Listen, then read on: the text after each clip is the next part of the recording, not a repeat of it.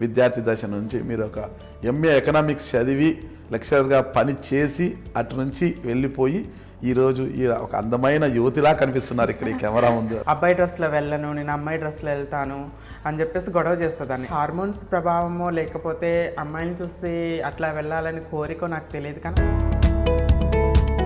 విలేజ్లో భయంకరమైన కామెంట్స్ ఉంటుంది. చెక్క, కొజ్జ, రేకులోడు, 0.5 లైక్ భయంకరమైన వర్డ్స్ ఉంటాయి. ఒక అబ్బాయిని చూస్తే, కేరింగ్ ఉన్న అబ్బాయిని చూస్తే ఇలాంటి హస్బెండ్ కావాలి, నాకు ఇలాంటి బాయ్ ఫ్రెండ్ కావాలి, ఫీల్ వస్తుంది, బాడీలో ఫీల్ వస్తుంది ఖచ్చితంగా. సో నేను అబ్బాయి బాడీలో ఉన్నా కూడా ఆవిడ గుర్తుపట్టి మిమ్మల్ని బాంబేకి కంప్లీట్ ఫీమేల్ సర్జరీ చేస్తారు. ఎందుకు ఏపీలో చేయరావి? ఏపీలో చేస్తారు కానీ సర్జరీస్ అనేవి చాలా రిస్కీ సార్. అంటే చనిపోయిన వాళ్ళు కూడా ఉన్నారు. సార్, ఈ సర్జరీ ఎలా ఉంటుంది అసలుకి? పూర్తిగా పురుషాంగాన్ని తొలగించేస్తారా? స్త్రీతత్వాన్ని కోరుకునేవారు మాత్రమే సర్జరీలు చేయించుకుంటారా? గర్భసంచి పెట్టిన పీరియడ్స్ రావడము ఇవన్నీ కూడా కొంతమంది బలవంతంగా కూడా సర్జరీలు చేస్తుంటారని విన్నాను. వాస్తవమేనా అది? డూప్లికేట్ ట్రాన్స్జెండర్స్ అనే వాళ్ళు ఇప్పుడు చాలా మంది తయారయ్యే విన్నాను సార్. ఎలా అది డూప్లికేట్ ట్రాన్స్జెండర్ అంటే? Okay. So easy money correct అయిపోయి అబ్బాయిలు పెళ్ళయి పిల్లలు ఉన్న వాళ్ళు కూడా సర్జరీ చేయించుకుని కుటుంబాలను వదిలేసి ట్రాన్స్జెండర్స్ గా మారుతారు. ఈ రోజు కూడా తెలంగాణలో ఒక హైవేలో నిలబెట్టిన వాహనాలు పెట్టడం, దౌర్జన్యం చేయడము, డబ్బులు ఇస్తారా లేదా అన్నట్టుగా అసలు వాహనదారులు అటువైపు వెళ్ళాలంటేనే భయపడుతున్నారు. డూప్లికేట్ ట్రాన్స్జెండర్స్ కూడా కొంతవరకు ఉన్నారు, అది మాత్రం నిజం. డూప్లికేట్ ట్రాన్స్జెండర్స్ ని అసలు మేమే గుర్తుపట్టలేకపోతున్నాం. ఆదాయ మార్గాల కోసం ఇవి కూడా చేస్తున్నారా? రీసెంట్ గా కొంతమంది కమ్యూనిటీ వాళ్ళు పట్టుకొని కొట్టి వాళ్ళని పోలీసులకు అప్ చేసిన సిచ్యువేషన్స్ కూడా ఉన్నాయి. మీరు ఆశీర్వదిస్తే మంచి జరుగుతుంది, మీరు శపిస్తే చెడు జరుగుతుంది అనేది కూడా చాలా మంది భయపడతారు. ఈ రోజు ట్రాన్స్జెండర్ కొంతమంది రోడ్ల పైన ఇలా క్లాప్స్ కొడుతూ డబ్బులు అడిగితే కొంతమంది భయపడి ఇచ్చే వాళ్ళు ఉంటారు. అరే వారికి ఎందుకు రా బాబు, 10 రూపాయలు ఇస్తే పోతారు వాళ్ళు ఏమన్నా అంటే మళ్ళీ మనకి ఎందుకు అనే ఒక భయపడి చేస్తారంట. ఆశీర్వదిస్తే మంచి జరుగుతుంది అనడానికి అందువల్లే ట్రాన్స్జెండర్స్ ఎక్కడ కూడా బ్లెస్సింగ్ చేస్తే మంచి జరుగుతుంది అనేసి నమ్మకం ఉందన్నమాట. కొంతమంది ట్రాన్స్జెండర్స్ మార్చి మీలాగా గౌరవంగా బతికే వాళ్ళు ఉన్నారు, రాకెట్లోకి వెళ్ళిపోతున్నారు అనమాట. సుఖం కోసం వెళ్తున్నారా? అలా అది రిస్కీ కూడా ఉంది సార్. హైవేల మీద నించొని లారీలు గుద్ది చనిపోయిన ట్రాన్స్జెండర్స్ ఎంతో మంది ఉన్నారు. విమర్శలు, వివక్ష, అవహేళన ఇవన్నీ వస్తుంటాయి అన్నమాట. ఎలా అసలు సొసైటీ థింకింగ్ అనేది ఉంది, ఫస్ట్ ఆ థింకింగ్ చేంజ్ అవ్వాలి. ట్రాన్స్జెండర్ అని తెలియగానే ఏం చేస్తున్నారంటే పేరెంట్స్ వాళ్ళ పరువు పోతుందని చెప్పేసి ఇంట్లోనే గెంటేస్తున్నారు. భారత రాజ్యాంగాన్ని రచించిన అంబేద్కర్ కాదు, ప్రతి పౌరునికి కూడా ప్రాథమిక హక్కులు తీసుకోవచ్చు. గౌరవంగా బ్రతికే హక్కు మాకు కూడా ఉంది. కాలేజీలో చేరి లెక్చరర్గా కొనసాగుతున్న మీరు ఎందుకు హఠాత్తుగా మాయమైపోయారు? ఎవరు మిమ్మల్ని మాయం చేశారు?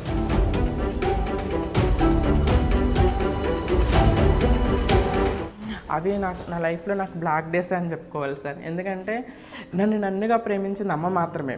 సొసైటీలో నన్ను యాక్సెప్ట్ చేయకపోయినా నన్ను చిన్నప్పటి నుండి పసిపిల్లలా చూసుకునేదా. అంటే ప్రపంచంలో కల్మషం లేని ప్రేమ తల్లి ప్రేమ మాత్రమే సార్.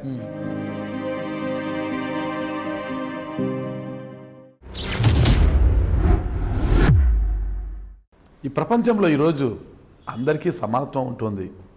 విధి వైపరీత్యమో శరీర నిర్మాణ లోపమో తెలియదు, కానీ మన మధ్య ఈరోజు ఉన్న 3వ రకం వారు ట్రాన్స్జెండర్స్.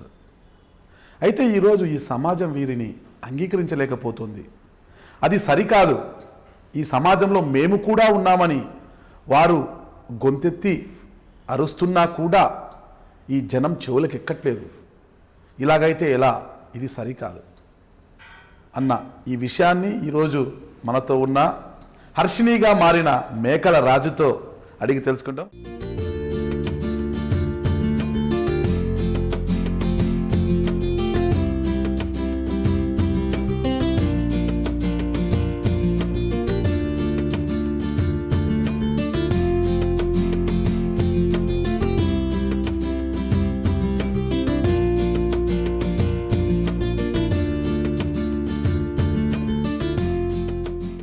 నమస్తే హర్షిణి. నా ఇంట్రడక్షన్లో చెప్పాను కదా, హర్షిణిగా మారిన మేకల రాజు అంటే ఫస్ట్ మేకల రాజు యొక్క నేపథ్యం తెలుసుకున్న తర్వాత హర్షిణి కథలోకి వస్తాను నేను. ఓకేనా? ఓకే. మేకల రాజుగా అంటే నాటి మేకల రాజు విద్యార్థి దశ నుంచి మీరు ఒక ఎంఏ ఎకనామిక్స్ చదివి లెక్చరర్గా పని చేసి అటు నుంచి వెళ్ళిపోయి ఈరోజు ఈ ఒక అందమైన యువతిలా కనిపిస్తున్నారు ఇక్కడ ఈ కెమెరా ముందు. ఓకేనా? అది చెప్పండి, మీ స్వగ్రామము, మీ కుటుంబ నేపథ్యము అదంతా ఒక్కసారి చెప్పండి. ఓకే సార్, నేను బల్స్పాడు గ్రామం, జగ్గేపేట మండలం, కృష్ణా డిస్టిక్, ఆంధ్రప్రదేశ్ అనే ఒక చిన్న పల్లెటూరు. ఓహో, వెనక నుంచి వస్తున్నారా మీరు? కృష్ణా జిల్లా జగ్గైపేట నియోజకవర్గం బలుసుపాడు గ్రామం అని చెప్తారు. ఎవరన్నా బలుసుపాడు గ్రామం, జగ్గైపేట నియోజకవర్గం, కృష్ణా జిల్లా. I love my village sir. My village పుట్టింది పెరిగింది కూడా విలేజ్ లోనే సార్. అంటే ఒక పేద కుటుంబంలో పుట్టాను. అమ్మ నాన్న డైలీ వేజెస్. అమ్మ నాన్న ఇద్దరు రోజు కూలి పనికి వెళ్తే కానీ మేము ఫుడ్ తినలేని అంత పేద కుటుంబంలో పుట్టాను అనమాట. సో మనకి ఒక 6-7 years ఏజ్ ఉన్నప్పుడు మనకేమీ తెలియదు. అమ్మ నాన్నల పేర్లు? మా అమ్మగారి పేరు అన్నమ్మ, నాన్నగారి పేరు తిరుపతయ్య. మేము మొత్తం 4 members అండి. 2 అక్కలు, థర్డ్ నేను, తర్వాత 4th తమ్ముడు అనమాట. సో నేను 2 అమ్మాయిల తర్వాత ఒక మా ఇంట్లో అమ్మ నాన్న హ్యాపీ. 2 అన్నదమ్ములు, 2 అక్కలు. అప్పుడు ఇప్పుడు మళ్ళీ మాట్లాడాలి. అప్పుడు 2 అన్నదమ్ములు, మీ తల్లిదండ్రులకి 2 కుమారులు, 2 కుమార్తెలు. ఓకే, వాళ్ళు అనుకునే వాళ్ళు, వాళ్ళ తల్లిదండ్రులు వాళ్ళు అలాగే ఫీల్ అవుతారు, అలాగే ఫీల్ అయ్యేవాళ్ళు సార్. అమ్మ నాన్న మేబీ యాక్చువల్ గా నేను పుట్టగానే 2 అమ్మాయిల తర్వాత ఒక అబ్బాయి పుట్టిండు అనేసి హ్యాపీగా గర్వంగా ఫీల్ అయ్యి ఉండొచ్చు. సో నాకు 7-8 years ఏజ్ వచ్చినప్పుడు, అంటే 2nd, 3rd class ఏజ్ లో ఉన్నప్పుడు, సో ఐ వాంట్ టు స్కూల్కి నేను అమ్మాయిలాగా వెళ్ళాలి అని మారం చేస్తుందాన్ని అమ్మ నాన్నతో. అబ్బాయి డ్రెస్లో వెళ్ళను, నేను అమ్మాయి డ్రెస్లో వెళ్తాను అని చెప్పేసి గొడవ చేస్తుందాన్ని. అంటే ఆ ఏజ్లో మనకేం నాలెడ్జ్ ఉండదు సార్. ఈవెన్ అంటే హార్మోన్స్ ప్రభావమో లేకపోతే అమ్మాయిని చూసి అట్లా వెళ్ళాలని కోరిక నాకు తెలియదు, కానీ ఆ ఏజ్ నుండే నాకు అమ్మాయిలాగా ఉండాలని కోరిక. సో అమ్మ నాన్న తిట్టేవాళ్ళు, అట్లా వెళ్ళకూడదు, సొసైటీలో గౌరవంగా అక్కలు ఏమనేవాళ్ళు కదా, అక్కేలే ఏమనేవాళ్ళు కదా సార్, అక్కేలే ఏమనేవాళ్ళు కదా, అట్లా వెళ్ళాలి ఇట్లా వెళ్ళాలి అనుకునేదాన్ని. సో ఇంట్లో ఎవరు లేనప్పుడు అమ్మ నాన్న పనికి వెళ్ళి, అక్క వాళ్ళ పనికి వెళ్ళి స్కూల్కి వెళ్ళినప్పుడు నేను స్కూల్ నుండి ఇంటికి రాగానే అక్క వాళ్ళ బట్టలు డోర్లన్నీ లాక్ చేసుకొని అక్క వాళ్ళ బట్టలు వేసుకొని ఇంట్లో గుండ్రంగా తిరుగుతూ హ్యాపీగా ఫీల్ అయ్యేదాన్ని. ఆ ఏజ్లో కూడా నేను అబ్బాయి ఫ్రెండ్స్ అనే వాళ్ళు ఎవరు లేరు, నాకు అమ్మాయి ఫ్రెండ్సే ఉండరు. అచ్చనగిల్లలు, అష్టాచమ్మాలు, తొక్కుడు బిళ్ళలు అన్నీ అమ్మాయిలతోనే కలిసి, మా కజిన్ సిస్టర్స్తో, మా సిస్టర్స్తో అమ్మాయిలు ఆటలు ఆడేదాన్ని, అబ్బాయిలతో ఆడేదాన్ని కాదు. సో ఇంకా కొంతకాలం అట్లానే లైఫ్ గడుస్తూ ఉంది. కొంతకాలం గడిచిన తర్వాత అబ్బాయి నాలో మార్పులు వచ్చేస్తున్నాయి. అంటే నా వాకింగ్ కానీ, నా బిహేవియర్ కానీ, ఇంట్లో పనులు కానీ. సో 2 అక్కలకి మ్యారేజ్ అయిపోయింది. నేను 8th class ఏజ్కి వచ్చినప్పటికి 2 అక్కలకి మ్యారేజ్ అయిపోయింది. సో ఆ ఏజ్లో ఇంట్లో ముగ్గులు పెట్టడము, కల్లాపు చల్లటము, ఇంట్లో గిన్నెలు తోమటం, అన్ని పనులు నేనే చేస్తుందాన్ని. ఒక్క ఐడియా నాకు, మీకు తెలియకుండా అవి వచ్చాయా? అలాంటి మీ నడక మార్పు కావచ్చు, మీరు చేసే పనులలో తేడా కావచ్చు అని మీకు తెలియకుండా వచ్చారా? మీరు కావాలనంటే నేను అమ్మాయిగా మారాలి, నాకు అలా అనిపిస్తోందని చేస్తూ వచ్చారు అవన్నీ? ఆ నడక కావచ్చు, ముగ్గులు పెట్టడం, అవన్నీ కూడా నాకు తెలియకుండానే సార్. నాకు అట్లానే చేయాలనిపిస్తుంది, అబ్బాయిలాగా ఉండాలని అనిపించదు కాదు, అబ్బాయిలతో తిరగాలనిపించదు కాదు, అమ్మాయిలతో కూర్చోవాలి, అమ్మాయిలతో ఆటలాడాలి, అష్టచమ్మలు ఆడుకోవాలి. నా ఫీలింగ్ అంతే, నాకు తెలియకుండా నా ఇన్నర్ ఫీలింగ్ అదే.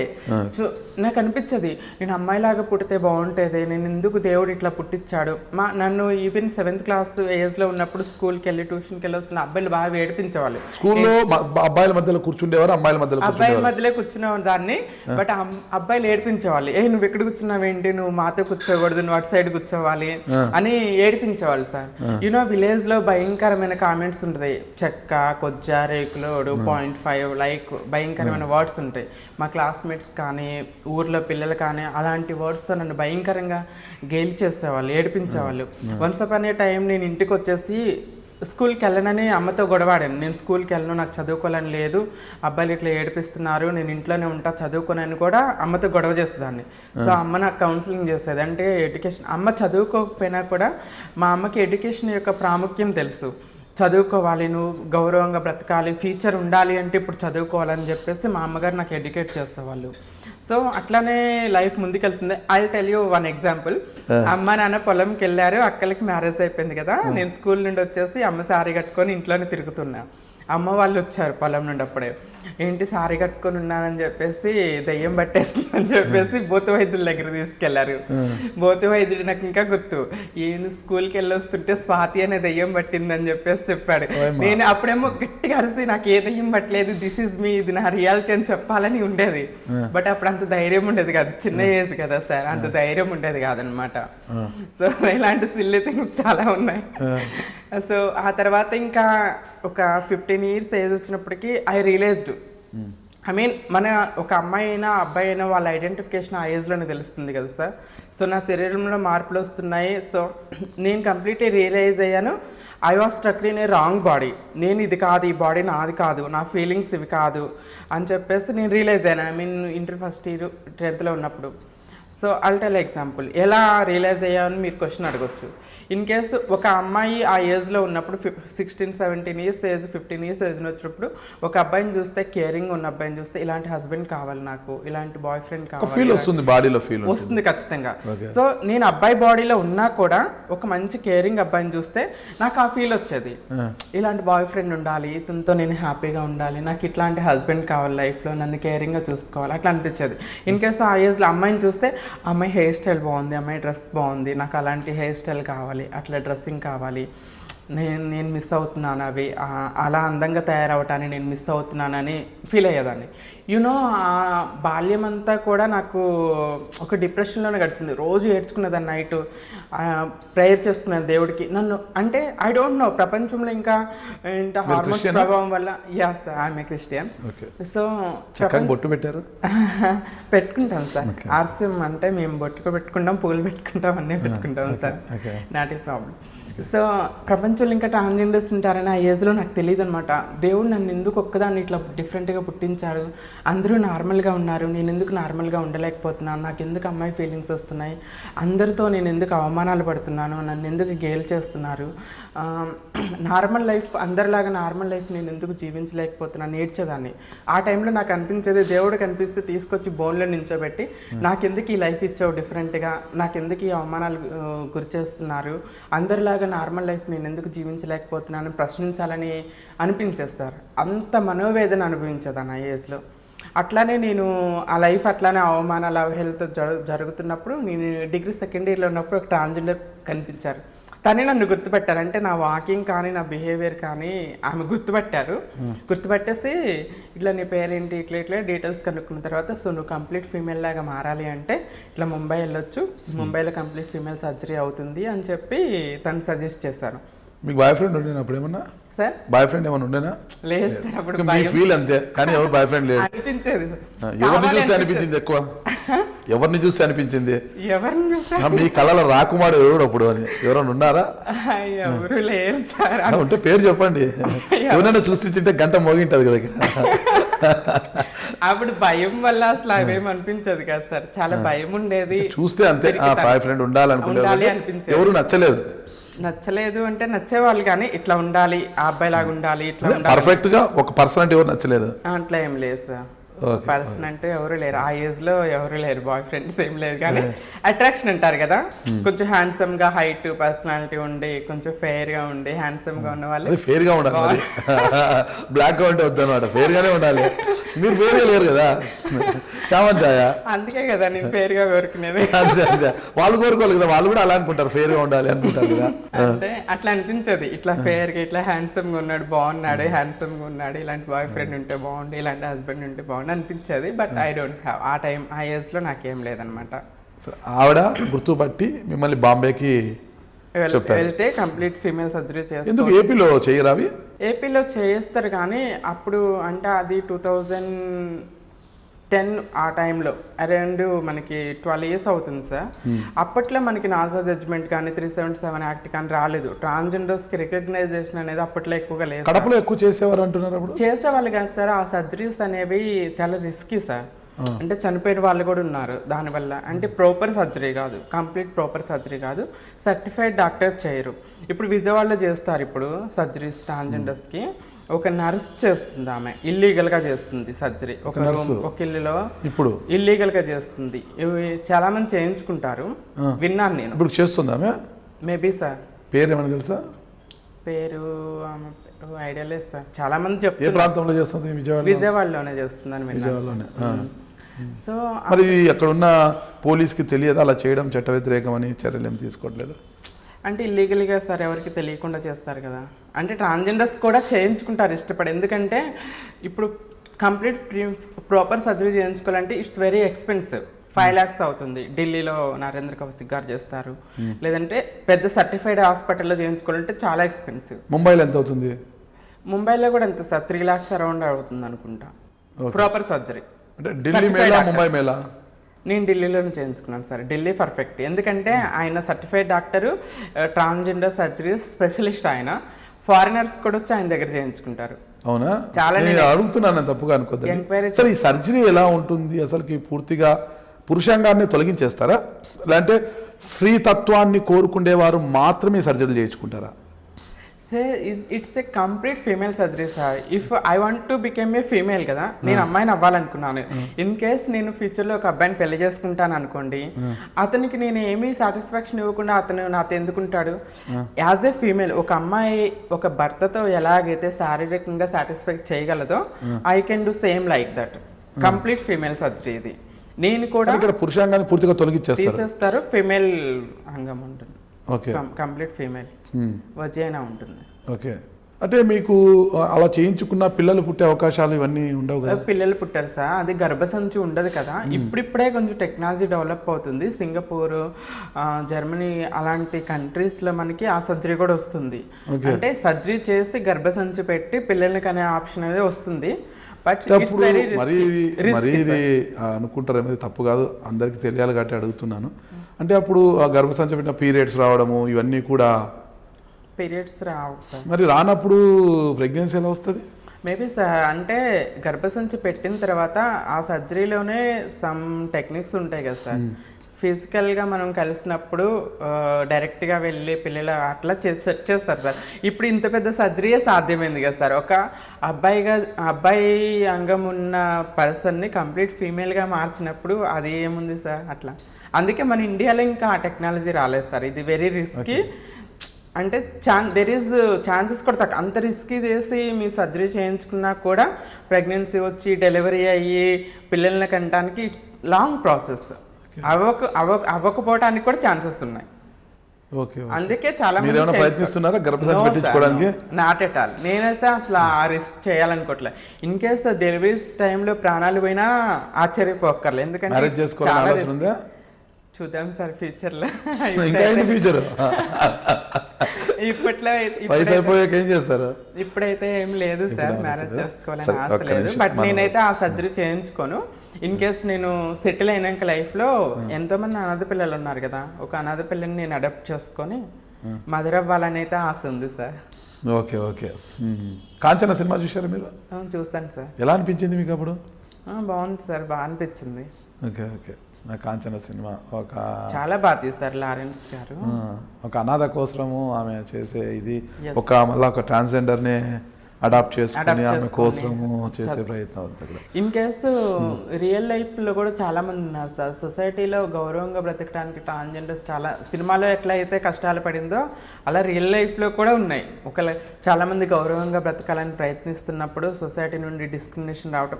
నాట్ ఎవ్రీవన్ సపోర్ట్ చేసి ఎంకరేజ్ చేసే వాళ్ళు ఉన్నారు సొసైటీలో. డిస్క్రిమినేషన్ చేసి ట్రాన్స్జెండర్స్ ఎదగాలి, గౌరవంగా బ్రతకాలి అనుకున్న వాళ్ళని కిందకి లాగేసి ఇట్లా బెగ్గర్ సెక్స్ వర్కర్స్గా మార్చే వాళ్ళు కూడా ఉన్నారు సార్ సొసైటీలో.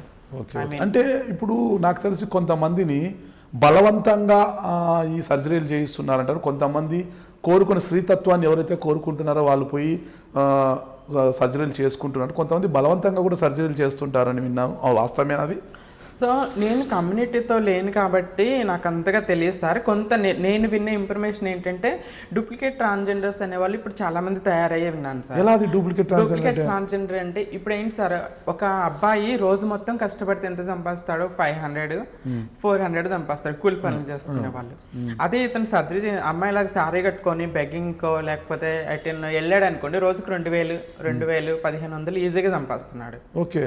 సో ఈజీ మనీకి అడిక్ట్ అయిపోయి, సో నేను విన్న సమాచారం ప్రకారం అబ్బాయిలు పెళ్ళయి పిల్లలు ఉన్న వాళ్ళు కూడా సర్జరీ చేయించుకుని కుటుంబాలను వదిలేసి ట్రాన్స్జెండర్స్గా మారుతున్నారు. అలాంటి వాళ్ళ వల్ల ఎంటైర్ ట్రాన్స్జెండర్స్ కమ్యూనిటీకి కూడా బ్యాడ్ నేమ్ వస్తుంది. ఈరోజు కూడా తెలంగాణలో ఒక హైవేలో వాహనదారులు తిరగలేకపోతున్నారు. ట్రాన్స్జెండర్స్ గోల ఎక్కువైపోయింది. ఈరోజు కూడా టీవీలలో వస్తుంది అనమాట. అంటే నిలబెట్టిన వాహనాలు పెట్టడం, దౌర్జన్యం చేయడము, డబ్బులు ఇస్తారా లేదా అన్నట్టుగా. అసలు వాహనదారులు అటువైపు వెళ్ళాలంటేనే భయపడుతున్నారు. అని ఈరోజు టీవీలలో కూడా వస్తుంది అనమాట ట్రాన్స్జెండర్స్. అంటే కొంతమంది లేదు సార్, అందులో డూప్లికేట్ అందరూ అని చెప్పలేదు, కొంతమంది అందులో డూప్లికేట్ ట్రాన్స్జెండర్స్ కూడా కొంతవరకు ఉన్నారు, అది మాత్రం నిజం. డూప్లికేట్ ట్రాన్స్జెండర్స్ని అసలు మేమే గుర్తుపట్టలేకపోతున్నాం. ఏంటంటే వాళ్ళు నిజాలు దాచేసేసి నాకు అబ్బాయిగా ఉన్నాము, పిల్లలు ఉన్నారు, నేను పని చేయలేక ఇట్లా కమ్యూనిటీకి మారుతున్నాము అని చెప్పరు కదా. వచ్చేస్తారు, నాకు ఆ ఫీమేల్ హార్మోన్స్ ఉన్నాయి, నేను మీ కమ్యూనిటీలో చేరిపోతాను, నేను సర్జరీ చేయించుకుంటాను, చేయించేసుకుంటారు, కుటుంబాన్ని హైడ్ చేస్తారు. తర్వాత వేరే వాళ్ళ ద్వారా తెలిసి అతనికి పెళ్ళి అయిపోయింది, పిల్లలు ఉన్నారు, అబ్బాయి ఇట్లా ట్రాన్స్జెండర్స్గా మారారని కమ్యూనిటీ వాళ్ళకి తెలుస్తుంది. ఏం చేయలేని పరిస్థితి కదా సార్, ఇంకా రోడ్డు మీద వదిలేయలేరు, గెంటేయలేరు. కొంతమంది ఏం చేస్తున్నారంటే అబ్బాయిలుగానే ఉండి, మీరు అన్నారు చూసారు ఇప్పుడు వివాహదారులకి ఇది బెదిరించడాలు ఇవన్నీ, అబ్బాయిలు ఏం చేస్తారంటే పగలు మొత్తం అబ్బాయిలానే ఉంటారు వాళ్ళు, నైట్ మొత్తం ఏం చేస్తారు శారీస్ కట్టుకొని అట్లా బెదిరించి డబ్బులు తీసుకోవటం, బెగ్గింగ్ చేసుకుంటూ డబ్బులు తీసుకోవటము, దొంగతనాలు చేయటం, పారిపోతారు. తర్వాత వాళ్ళని మనం ఎలా ఫైండ్ అవుట్ చేయగలం? చేస్తారు, వెళ్ళిపోయి ప్యాంట్ షర్ట్ వేసుకొని నార్మల్ లైఫ్ బ్రతుకుతారు. ఎక్కడ ఎతకాలి? సొసైటీలో ఒక మార్క్ ఏముంటుంది, ట్రాన్స్జెండర్స్ ఇలా చేశారు అని. బట్ చేసింది ఎవరు? ఒక అబ్బాయిలు అట్లా చేసేస్తే అబ్బాయి మళ్ళీ వెళ్ళిపోతారు. వాళ్ళని మనం కనిపెట్టలేము కదా. ఆదాయ మార్గాల కోసం ఇవి కూడా చేస్తున్నారా? చాలా మంది సార్ ట్రాన్స్జెండర్స్ రీసెంట్గా కొంతమంది కమ్యూనిటీ వాళ్ళు పట్టుకొని కొట్టి వాళ్ళని పోలీసులకు అప్ చేసిన సిచ్యువేషన్స్ కూడా ఉన్నాయి.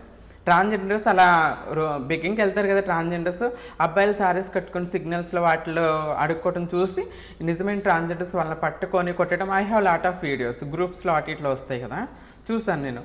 అలా వాళ్ళని కొట్టి పోలీసులకు అప్పచెప్పిన వీడియోస్ చాలా ఉన్నాయి, లాట్ ఆఫ్ ఉన్నాయి.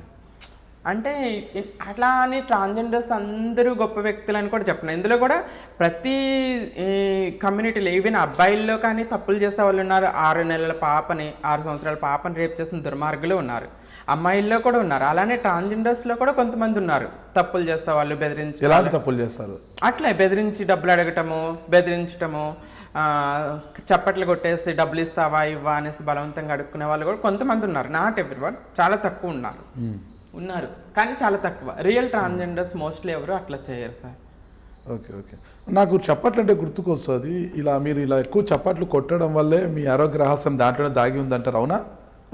ఏమో సార్, ఈ బ్లడ్ సర్క్యులేషన్ అనేది మన నర్వ్స్ అనేది ఉంటాయి మనవి బాడీ ఇదంతా కూడా ఇక్కడ ఉంటుంది కదా, ఈ పాయింట్స్లో కొట్టడం వల్ల ఎక్కువ ఈ బ్లడ్ సర్క్యులేషన్ అది ఎక్కువ బాగుంటుంది, ఆ అనారోగ్యాలకు దూరంగా ఉంటారు వల్ల అనేది నేను కొంత వినపడ్డాను అనమాట.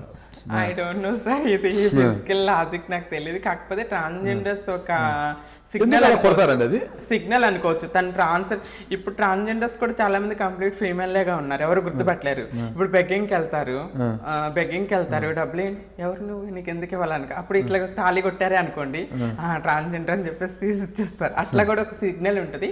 కొంతమంది ఏంటంటే ఒకప్పటి కాలంలోనే ట్రాన్స్జెండర్స్ని ఎగతాళి చేయటం, గేలి చేయటము, అట్లా భయంకరంగా హింసించడం అలాంటివి జరిగాయి. అప్పుడు ఏం చేస్తారంటే వీళ్ళ కోపాన్ని, భావోద్వేగాల్ని గట్టిగా చప్పట్లు కొట్టి ఇట్లా కొట్టేస్తే వాటికి భయపడి వాళ్ళు కొంచెం దూరం వెళ్తారనేసి వీళ్ళు భావిస్తారు సార్. ఇప్పటికీ అది యూస్ చేస్తారు. ఏదైనా గొడవ జరిగినా, ఈవెన్ కమ్యూనిటీలో వాళ్ళకి గొడవ జరిగినా కూడా కొట్టుకుంటారు వీళ్ళు. అట్లా కమ్యూనిటీలో తెలుసు సార్, పరిచయాలు ఉన్నాయి కానీ నేను ఉండను సార్, నేను ఇండివిజువల్గానే ఉంటాను. ఓకే, మరి ఈ ప్రశ్నకు మనం ఇక్కడ ఫుల్ స్టాప్ పెట్టి ఒక్కసారి ఎన్నిక వస్తాం. మీరు స్కూల్కి వెళ్ళేటప్పుడు ఒక ట్రాన్స్జెండర్ మిమ్మల్ని చూసి మీరు పూర్తిగా ఫిమేల్గా మారాలంటే బాంబేలో సర్జరీ చేస్తారు అది అని చెప్పింది, అప్పుడు చెప్పిన వెంటనే వెళ్ళారా మీరు? చెప్పిన వెంటనే వెళ్ళలేదు సార్, ఇప్పుడు సెకండ్ ఇయర్ చదువుతున్నాను కదా. అమ్మకి ఇంటర్ సెకండ్ ఇయరా? Degree second year. Degree 10th రెగ్యులర్గా పాస్ అయ్యారా మీరు? 10th అసలు నేను మంచి క్లాస్ స్టూడెంట్ సార్, నా దగ్గర సర్టిఫికెట్లు ఉన్నాయి. 10th first class. ఏ ఇయర్లో పాస్ అయ్యారు? 10th 2002 sir. 2002. మళ్ళా ఇంటర్ ఏ గ్రూప్ చేశారు? Inter HSC sir. HEC government. నేను చిన్నప్పటి మంచి ఇంటెలిజెంట్ కదా, ఎందుకు హెచ్ఈసి జోలికి పోయినారు? ఎంపీసీ బైపీసీ చేయొచ్చు కదా. గవర్నమెంట్ స్కూల్లో అంత ఉండదని చెప్పేసి గవర్నమెంట్ కాలేజీలో చదివా. మీ నాలెడ్జ్, మీకు నాలెడ్జ్ ఉంటే గవర్నమెంట్ స్కూల్ అయితేనే ప్రైవేట్ స్కూల్ అయితేనేమి మీ చదివే కదా. ఆల్సో నాకు ఎకనామిక్స్ అంటే ఇష్టం సార్. ఓకే, ఎకనామిక్స్ ఇష్టం నాకు, అందుకే ఎంఏ ఎకనామిక్స్ కూడా చేస్తుంది నేను. ఓకే, అందులో ఎకనామిక్స్ ఉంటుంది కదా బైపీఎస్ లో, అట్లా హెచ్ఎస్సి అంటే హిస్టరీ, ఎకనామిక్స్, పాలిటిక్స్. సో ఆ టైంలో ఏంటంటే గ్రూప్. మరి డిగ్రీ హెచ్పి చేశారా? Degree BA HEP. HEP BA HEP sir, economics అంతేనండి.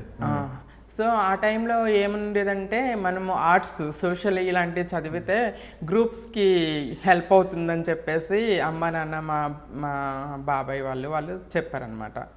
అంటే గ్రూప్స్ చదవాలంటే సోషల్ నాలెడ్జ్ ఇది ఉండాలి కదా సార్, జనరల్ నాలెడ్జ్, సోషల్ గురించి, హిస్టరీ గురించి కొంచెం తెలుసుకోవాలని.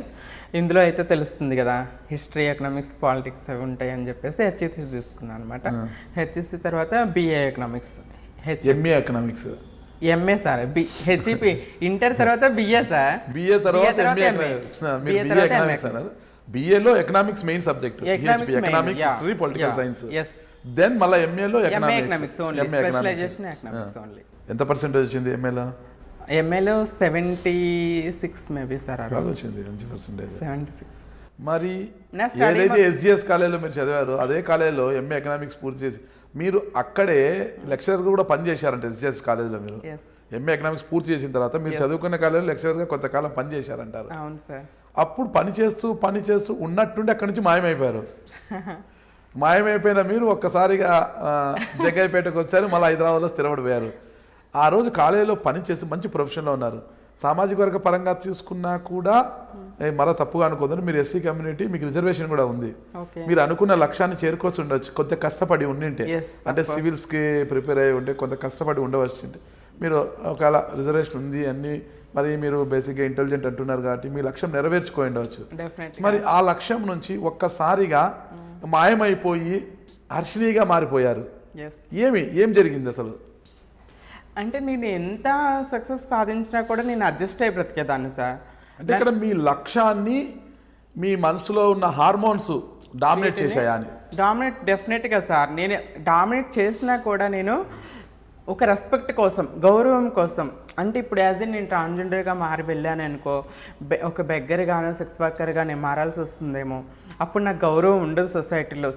అంటే సొసైటీలో చూస్తున్నాం ట్రాన్స్జెండర్ కానీ ప్రతి ఏజ్కి వచ్చే వస్తుంది అని చీత్కారాలు. అలాంటి లైఫ్ నాకు వద్దనుకుని నేను వెళ్ళాలని ఆశ, కోరిక, త్వరగా నేను కంప్లీట్ అమ్మాయిలాగా ఉండాలి. ఈవెన్ నేను అబ్బాయిగా ఉన్న అద్దంలో చూసుకున్నా ఏంటి నేను ఇట్లా ఉన్నాను, అమ్మాయి డ్రెస్సులు అయితే ఎంత బాగుంటాను, నేను కంప్లీట్ అమ్మాయిలాగా మారాలి అని కోరిక, ఆశలు. వాటి ముందు ఏమవుతుందంటే ఆ భయము, ఎక్కడ నా గౌరవం పోతుందో, రెస్పెక్టబుల్ లైఫ్ నాకు దొరకదో అనేసి ఆ భయము ఈ ఆశల్ని, కోరికలన్నింటినీ అణిచివేసేది. సో దానికి తోడుగా అమ్మ నాకేం చెప్పిందంటే గౌరవంగా బ్రతకాలి ఎప్పుడు సొసైటీలో, ఎప్పుడు నీ చెయ్యి ఒకరికి ఇచ్చేలాగా ఉండాలి కానీ ఒకరి దగ్గర అడుక్కునేలాగా ఉండకూడదు అని చెప్పేసి మా అమ్మగారు నాకు నేర్పించాలన్నమాట. సో ఆ ఉద్దేశంతోనే ఆ కోరికలని అన్నీ అణచుకొని నన్ను నేను ఏమంటారు బలి చేసుకున్నట్టే, ఒక విధంగా బలి చేసుకుంటున్నట్టే నా కోరికలని, ఆశలని, అందాన్ని మొత్తం కూడా అణుచుకొని అబ్బాయి డ్రెస్లో అడ్జస్ట్ అయ్యేదాన్ని కాదు సార్. చింపి పడేసి అమ్మాయి బట్టలు వేసుకోవాలని ఆ కోరిక వచ్చేది. అంత అందంగా ఉన్నారు అప్పుడు? అందం లేదు కదా సార్, ఇప్పుడు అందంగానే ఉన్నాను కదా సార్. ఈ అందాన్నంతా అప్పుడు దాచుకున్నట్టే కదా సార్. అందాన్ని మీరు అంటే అప్పుడు లేకపోయినా దాని తర్వాత మీరు దాన్ని రూపుదిద్దుకున్నారు. ఐ మీన్ సార్ అప్పుడు కూడా ఇన్ కేసు అబ్బాయి బట్టల్లో ఉన్నప్పుడు కూడా అప్పుడప్పుడు ఎవరు లేనప్పుడు డోర్లు వేసుకొని అమ్మాయిలా డ్రెస్ వేసుకునేది కానీ సార్. అప్పుడు నేను అద్దంలో చూసుకుంటే నాకు నేను చాలా అందంగా అనిపించేదాన్ని. అబ్బాయి ఎంత బాగున్నాను అమ్మాయి డ్రెస్ లో, నేను అబ్బాయి డ్రెస్లో అసలే బాగాలేను కదా అని నాకు అనిపించేది. సో అందుకే అన్నాను అన్నమాట. సో అడ్జస్ట్ అప్పటికి అడుగుతున్నాను కాదండి, ఏదో క్యూరియాసిటీతో అడుగుతున్నాను. ఇప్పుడు ఒకవేళ మీరు ఇంటర్మీడియట్లోనో అటు చదివేటప్పుడు, డిగ్రీ చదివేటప్పుడు అబ్బాయి అంటే అమ్మాయిలాగా చీర కట్టుకుని చుడిదార్లు వేసుకొని తిరిగితే అప్పుడు అంటే మీకు మీసాలు గడ్డాలు ఏమో ఇంకా? నాకు ఎక్కువ హెయిర్ వచ్చేది కాదు సార్, చాలా తక్కువ. హార్మోన్స్ ప్రభావమే కదా మేబీ, చాలా తక్కువ హెయిర్ ఉండేది. వచ్చేది అసలు రాదని అబద్ధం చెప్పక్కర్లా. హార్మోన్స్ అసలు నాకు ఫీమేల్ హార్మోన్స్ ఉన్నాయి, హార్మోనల్ డిఫెక్టే కదా. సో చాలా లేట్గా ఏంటంటే నూనూకు మీసాలంటారు చూసారా, అట్లా లైట్గా వచ్చేది. గడ్డం కానీ బాడీ మీద కానీ ఎక్కడ హెయిర్ వచ్చేది కాదు నాకు. సో అట్లా లైట్గా ఉండేది కాబట్టి అంతే ఇబ్బంది అనిపించేది అన్నమాట. కొంచెం హెయిర్ కూడా కొంచెం పొడవుగానే ఉంచుకునేదాన్ని చిన్నప్పుడు కూడా. అబ్బాయి మీరు పెరుగుతూ అమ్మాయిలాగా వ్యవహరిస్తుంటే తల్లిదండ్రులు ఏం ఫీల్ కాలేదా పాపం? ఫీల్ అయ్యే సార్. మా నాన్నగారు కూలి చేసుకొని మిమ్మల్ని ఎంతో కష్టపడి చదివిస్తున్నారు, చాలా ఉండేది మీకు ఉండేది 2 ఎకరాల భూమి, అంతా 1 ఎకరా 60 సెంట్లు ఎంత, అంత కలిపితే ఒక 2 ఎకరాలు అనుకోండి ఎంత మీకున్న ల్యాండ్. ఆ ల్యాండ్లో వాళ్ళు పొలం పనులు చేసుకుంటూ, అవసరమైతే పొరుగు పొలాల్లో వెళ్ళి కూలి పనులు చేసుకొని, 2 ఆడపిల్లని 2 కొడుకుల్ని జాకాలి, వాళ్ళు చాలా కష్టపడుతున్నారు. అరే నేను ఇలా చేస్తున్నాను, ఇలా కష్టపడి చదువుతున్నాను, మా అమ్మ నాన్నకు తోడుగా నిలబడాలి, ఇలా ఇలా వ్యవహరిస్తే ఈ సమాజం నన్ను చిన్న చూపు చూడదు, నా తల్లిదండ్రులు ఇబ్బంది పడతారని ఆలోచించలేదు మీరు? ఆలోచించేది సార్, నేను ఆలోచించే అడ్జస్ట్ అయి బ్రతుకుతున్నాను. ఇప్పుడు ట్రాన్స్జెండర్స్ చాలామంది చూస్తే ఎవరితో సంబంధం లేకుండా అసలు ఒక 16-17 ఇయర్స్ రాగానే వెళ్ళిపోతున్నారు. బట్ నేను నా ఫ్యామిలీ కోసం, గౌరవం కోసం ఆలోచించే కదా అంతకాలం అడ్జస్ట్ అయ్యాను. ఈవెన్ నేను ఆ ఏజ్లో 10th క్లాస్ ఇంటర్లో ఉన్నప్పుడు కూడా మా నాన్నగారు తిట్టేవాళ్ళు.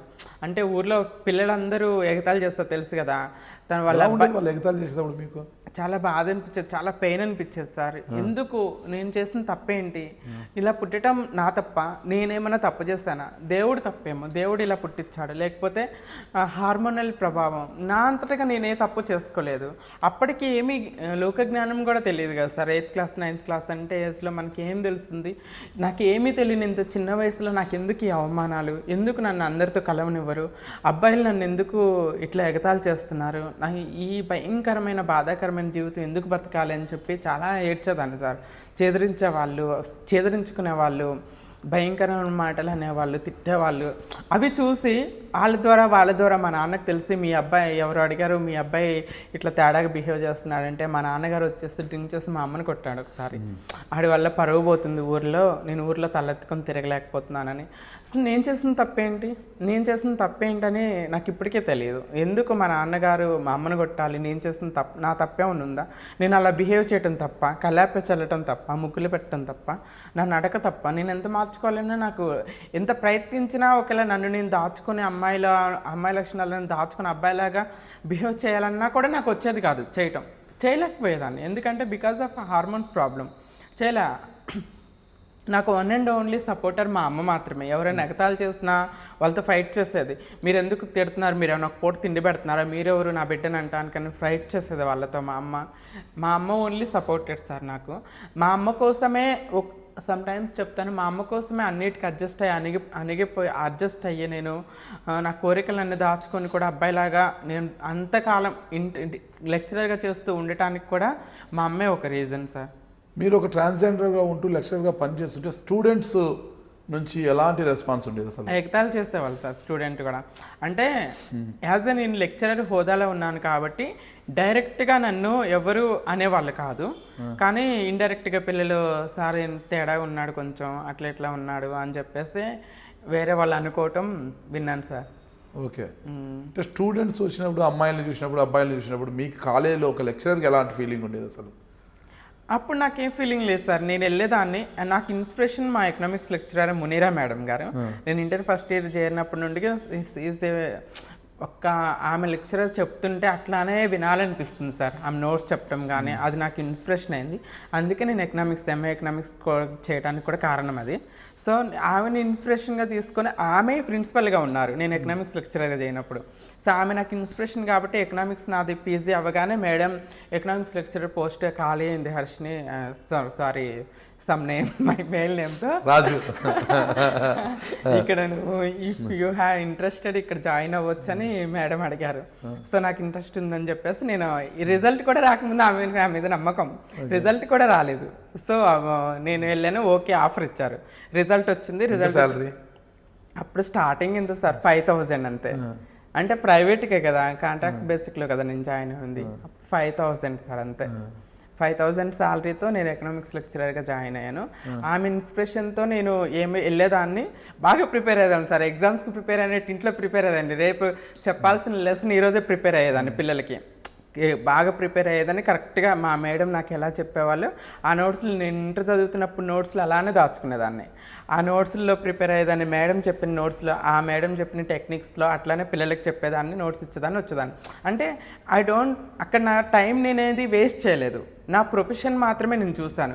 నేను పిల్లలకి కరెక్ట్ లెక్చర్ ఇవ్వాలి, వాళ్ళకి మంచి రిజల్ట్ ఇవ్వాలి, ఎందుకంటే నా ప్రొఫెషన్కి నేను 100% న్యాయం చేయాలని చెప్పేసి అట్లే చేసేదాన్ని. కానీ ఆ పిల్లలు ఏంటి, ఆ అబ్బాయిలు ఏంటి, అట్లా ఏమీ నేను అక్కడ చూడలేదు సార్ వేరియేషన్. మరి అలా కాలేజీలో చేరి లెక్చరర్గా కొనసాగుతున్న మీరు ఎందుకు హఠాత్తుగా మాయమైపోయారు? ఎవరు మిమ్మల్ని మాయం చేశారు? ఎవరు మాయం చేయలేదు సార్. అప్పటి వరకు నేను అమ్మ కోసమే అడ్జస్ట్ అయ్యాను, అండ్ సొసైటీలో గౌరవం లేదు అని చెప్పేసి ఒక భయంతో అడ్జస్ట్ అయ్యాను. సో నేను లెక్చరర్గా చేస్తున్న సెకండ్ ఇయర్, ఫస్ట్ ఇయర్ బాగానే వచ్చింది, సెకండ్ ఇయర్ జరుగుతున్న టైంలో సో మా అమ్మగారికి హెల్త్ కంప్లీట్గా స్పాయిల్ అయింది సార్. సో మా అమ్మగారికి మేము చిన్నప్పుడే హార్ట్ ఆపరేషన్ అయింది సార్. మా తమ్ముడు పాలు తాగుతున్నప్పుడే హార్ట్ ఆపరేషన్ అయిందనమాట. సో డాక్టర్స్ ఏం చెప్పారంటే మా అమ్మని హార్డ్ వర్క్ చేయకూడదు, షీ షుడ్ టేక్ రెస్ట్ అని చెప్పారు. బట్ మా నాన్నగారు కొంచెం డ్రింక్ చేస్తారు సార్, అంటే ఊర్లో తాగుతారు కదా. తను పని చేసుకుంది మ్యాక్సిమం తను డ్రింక్ తాగటానికే ఉపయోగిస్తాడు. ఊర్లో తాగుతారు, అలవాటు ఉండే వాళ్ళు తాగుతారు, అందరూ తాగరు. ఊర్లో తాగుతారంటే వాళ్ళు అందరూ తాగుతారు. అంటే మోస్ట్లీ విలేజ్లో ఏముంటుంది సార్, నాటు సారాలు అవేంటో తాగుతారు సార్. అది నేను అనేది నాటు సారా. ఇక్కడ గుడుంబ అంటారు, అక్కడ నాటు సారా అంటారు. నాటు సారా అంటారు. మా నాన్నగారికి అది అలవాటు ఉంది అన్న. తెలంగాణలో గుడుంబ అంటారు. అది తాగేవాళ్ళు ఎక్కువగా. సో మా అమ్మ ఒక్కతే కష్టపడేవాళ్ళు.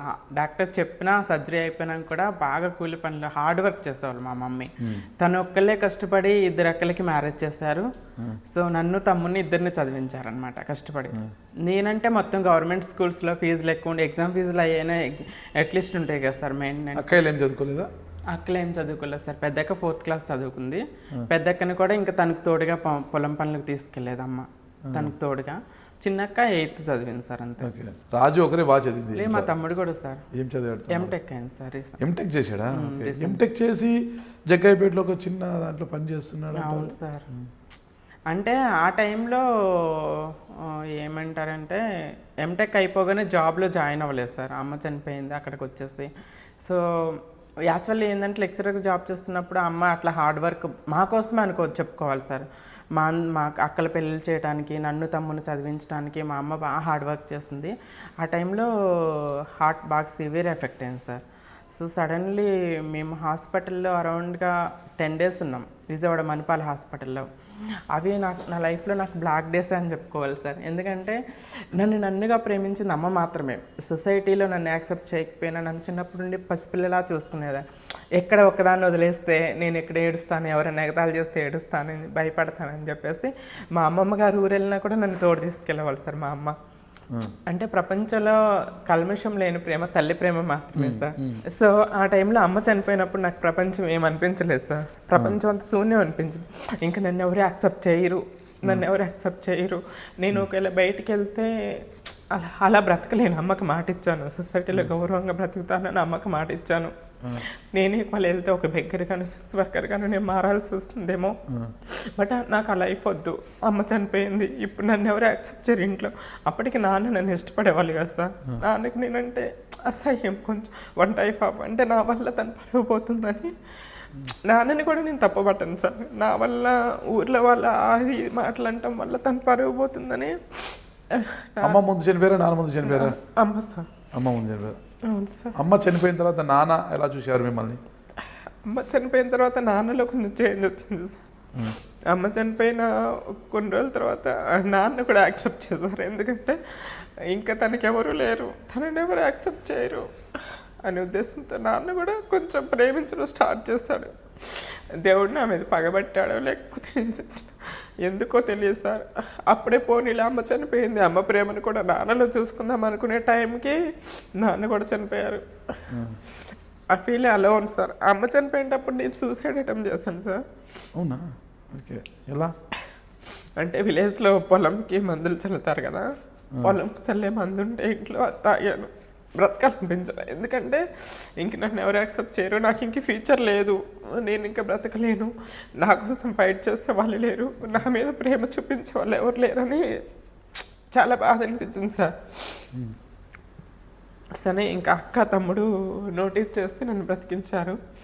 అట్లా కంప్లీట్ డిప్రెషన్లో ఉన్నాను సార్. అసలు ఫుడ్ కూడా తిన్నాను. మా కజిన్ సిస్టర్స్, మా కజిన్ బ్రదర్స్ బలవంతంగా మచ్చికలు దాపించి అవి దాపించి. అమ్మ అంటే నాకు ఎంత ఇష్టమో ఒక ఎగ్జాంపుల్ చెప్తా సార్. నేను అబ్బాయిగా ఉన్నప్పుడు సమాధుల వైపు వెళ్ళటానికి భయపడేదాన్ని. దెయ్యాలు అవి అంటారు కదా పల్లెటూరులో, భయపడేదాన్ని. అమ్మ చనిపోయిన 3rd day midnight 1కి నేను వెళ్ళి అమ్మ సమాధిలో పడుకున్నాను సార్. సమాధి మీద పడుకొని ఏడుస్తున్నాను. ఇంట్లో ఎదుగుతున్నారు అందరూ, ఏమైపోయాను. సరే లైట్లు వేసుకొని వస్తే అక్కడ కనిపించాను మా బాబాయ్, మా నాన్న. అప్పుడు నాన్న ఉన్నాడుగా, వాళ్ళందరూ లైట్లు వేసుకొని వచ్చి నన్ను ఎత్తుకొని వచ్చారు. అమ్మ అంటే అంత ప్రేమ సార్ నాకు. అమ్మ సమాధి మీద పడుకున్నారు పోయి. ఆ తర్వాత చాలా అరౌండ్ 6 months వరకు సృష్టిలో అమ్మే మొదటి అద్భుతం కదా, ఎవరికైనా అమ్మే మొదటి అద్భుతం. ఇప్పటికీ సార్ అమ్మ మెమరీస్ నన్ను చాలా డిస్టర్బ్ చేస్తాయి. సమ్టైమ్స్ ఎంత సాధించి ఎంత గౌరవంగా బ్రతుకుతున్నా నాకంటూ ఎవరు లేరు, అమ్మ ప్రేమ లేదు అనే ఒక బాధ సార్ ఖచ్చితంగా ఉంటుంది నాకు. అమ్మ చనిపోయారనే బాధలోనే లెక్చరర్గా పనిచేస్తున్న మీరు మాయమైపోయారు. మానేస్తాను సార్, మానేస్తాను, ఇంకా చేయలేకపోయాను సార్. జాబ్ మానేస్తాను, అట్లనే 6 months కంప్లీట్ బెడ్ రెస్ట్లోనే ఉన్నాను, ఇంట్లోనే ఉన్నాను, డిప్రెషన్లో ఉన్నాను. సో ఆ తర్వాత మా తమ్ముడు బీటెక్ చదువుతున్నాడు సార్ అప్పుడు.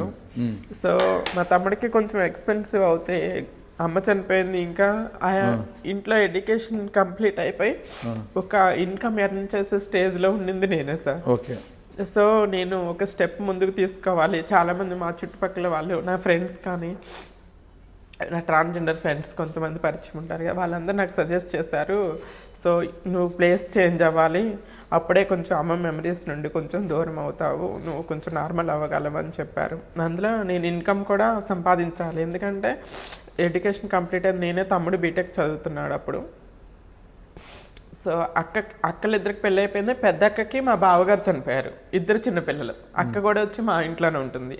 పెద్దక్క, చిన్నపిల్లలు, తమ్ముడు చదువుతున్నాడు. సో నేను రెస్పాన్సిబిలిటీస్ తీసుకోవాలని నిర్ణయించుకున్నాను సార్. అమ్మ రెస్పాన్సిబిలిటీస్ అన్నీ తీసుకోవాలని నిర్ణయించుకొని ముంబైలో ఒక ట్రాన్స్జెండర్స్ ఎన్జిఓ ఉందనేసి ఖమ్మంలో నా ఫ్రెండ్ ఒక అమ్మాయి చెప్పింది ట్రాన్స్జెండర్.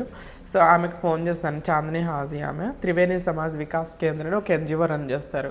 ఆమెకి ఇట్లా కాల్ చేస్తే నేను ఇట్లా పోస్ట్ గ్రాడ్యుయేషన్ చేస్తానండి, సో నేను నాకు జాబ్ ఇస్తారా అని అడిగితే సరే రామ్మా అని చెప్తే ఫస్ట్ నేను అక్కడ ట్రాన్స్జెండర్గా నా లైఫ్ స్టార్ట్ అయింది అక్కడ. మరి అక్కడ ఖమ్మం జిల్లా మీ ఫ్రెండ్ ద్వారా ముంబైకి వెళ్ళిపోయారు మీరు? ముంబై వెళ్ళిపోయాను సార్. జాబ్ దొరికిందా? జాబ్ కోసం ఏమైనా ట్రయల్స్ చేశారు అక్కడ? స్టార్టింగ్ ఆ ఎన్జిఓలో స్టార్ట్ చేశాను సార్ జాబ్, త్రివేణి సమాజ్ వికాస్ కేంద్రంలో. ఏం జాబ్ చేశారు అక్కడ? ఓడబ్ల్యూగా అవుట్ రీచ్ వర్కర్గా చేస్తాను sir. It's a transgenders NGO.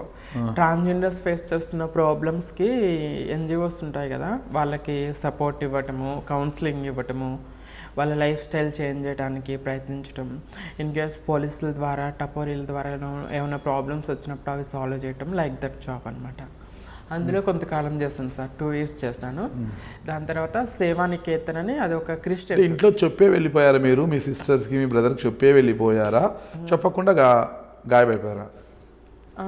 చెప్పకుండా వెళ్ళిపోయాను సార్. వెళ్ళిపోయిన తర్వాత చెప్పాను, ముంబై వచ్చాను, ఇట్లా జాబ్ చేస్తున్నాను అని చెప్పాను. ఏడ్చారు, వద్దు వచ్చేసాయి కలిసిందాము అని బాగా ఏడ్చారు. మా నాన్నగారు చనిపోయినప్పుడు నేను ముంబైలోనే ఉన్నాను సార్. రాలేదు నాన్న చూడడానికి? వచ్చాను, అప్పుడు ముంబైలోనే ఉన్నా అని చెప్తున్నాను. Okay okay. చనిపోయిన తెలియకనే వెంటనే వచ్చేసాను. ఓకే. మరి మళ్ళీ పంపించడానికి మీ అక్కాయిలు ఒప్పుకున్నారా? ఇంకా వాళ్ళు ఒప్పుకునేదే ఉంది సార్. ఇంకా నేను ఇన్కమ్ పర్సనల్ లైఫ్, ఇంకా ఇక నా పర్సనల్ లైఫ్ ప్లస్ నేనే ఆధారం వాళ్ళకి, ఇంక ఇన్కమ్ సంపాదించడానికి. ఇంట్లో కూర్చుంటే నేను సంపాదించి వాళ్ళందరికీ ఫుడ్ పెడుతున్నాను, వాళ్ళు మనకి పెట్టే సిచ్యువేషన్లో లేరు కదా సార్.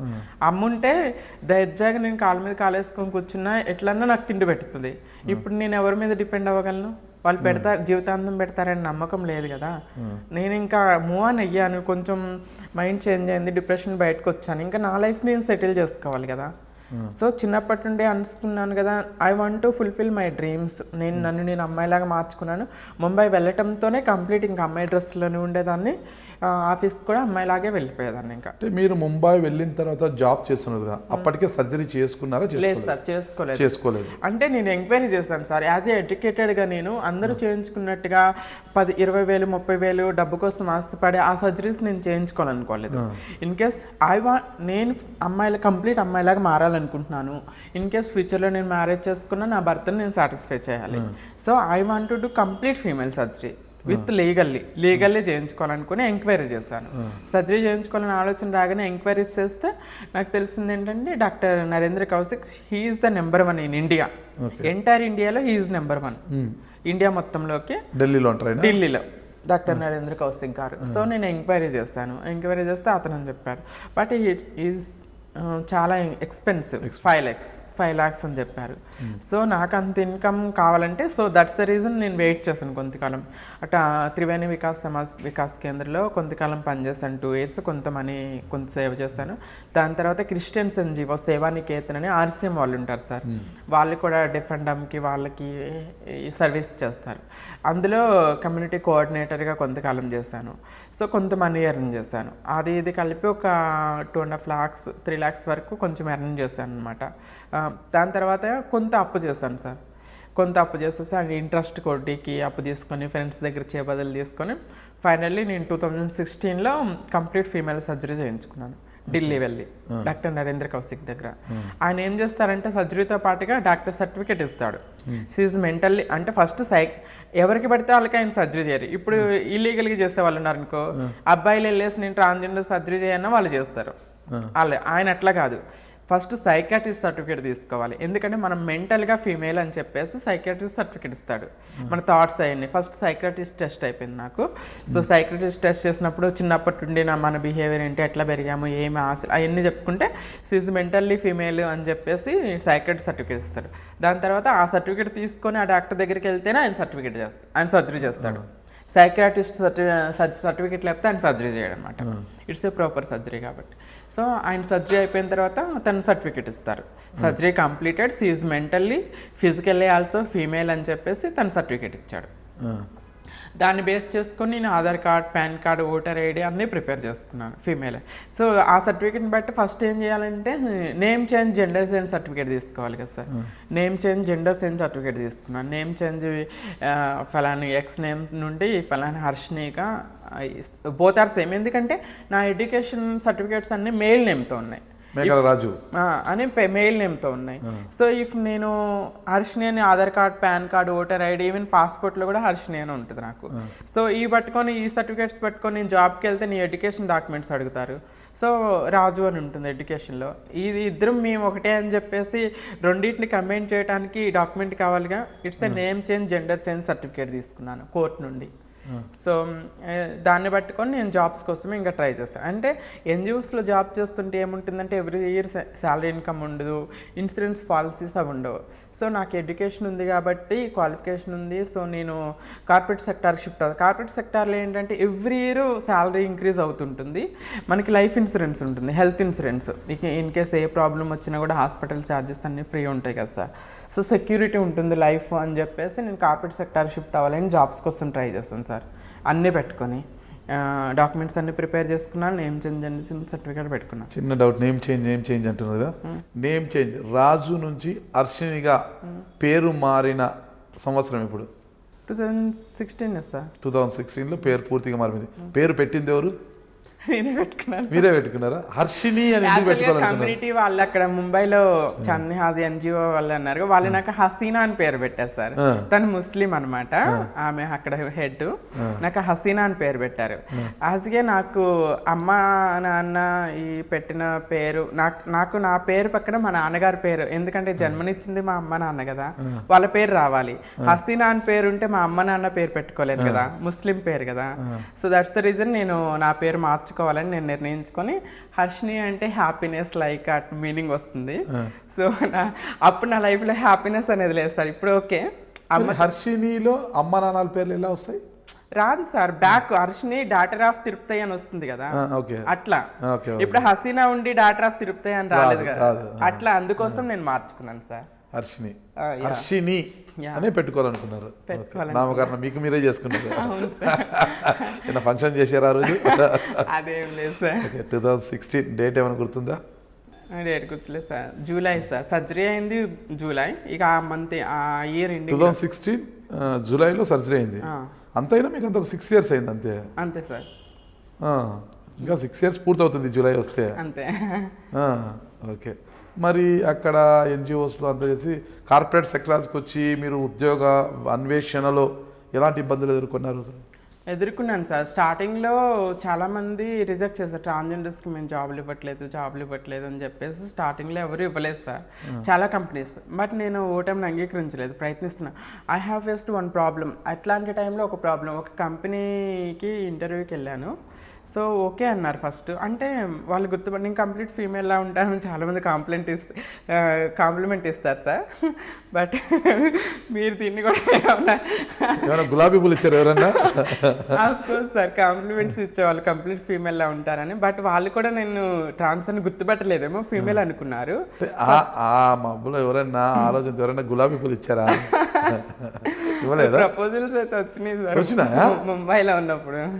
మరి ఒప్పుకోలేదా మీరు? No sir. ఏమి లేదు సార్, ముందు అంటే లైఫ్ అంత ఫెయిర్ గా ఉన్న అబ్బాయి దొరకలేదేమో, కనిపించలేదేమో కదా, వాళ్ళంతా చామంచాయగా ఉండే వాళ్ళు వచ్చారేమో. అలా ఏం సార్ లేదు సార్, మోసపోయాను సార్ నేను కూడా. ఆ టైంలో అంటే సర్జరీ అయిపోయిన తర్వాత ఒక అబ్బాయి పరిచయం అయ్యాడు. సర్జరీ అయిపోయిన తర్వాతనే ఆంధ్రానే, తను ముంబై ఏం కాదులేండి సార్. సో నేనే ఇష్టం, నేనే ప్రపంచం, నేను లేకపోతే బ్రతకలేను అన్నాడు సార్. సో ఏదైనా చిన్న గొడవ ఫోన్ మాట్లాడుకుంటున్నా నన్ను వెతుక్కుంటూ ముంబై వచ్చేవాడు. అంత ఇష్టపడ్డాడు. ఇక్కడ ఏ ఊరు అతను? సారీ సార్, పేరు ఇప్పుడు నా లైఫ్ లో లేడు సార్. నేను పేరు అడగను. ప్రకాశం డిస్ట్రిక్ట్ సార్. ప్రకాశం జిల్లా. ఏ ఊరు? ఊర్లో ఎంతో మంది ఉంటారు, ఊర్లో తాగుతారు కదా మీరు చెప్పినట్టు, ఊర్లో ఎంతో మంది ఉంటారు కదా. ఏ ఊరు? చీరాల. ఓకే, చీరాలకు చెందిన ఒక యువకుడు. ఎలా పరిచయం అయ్యాడు మీకు? Friend of friend sir.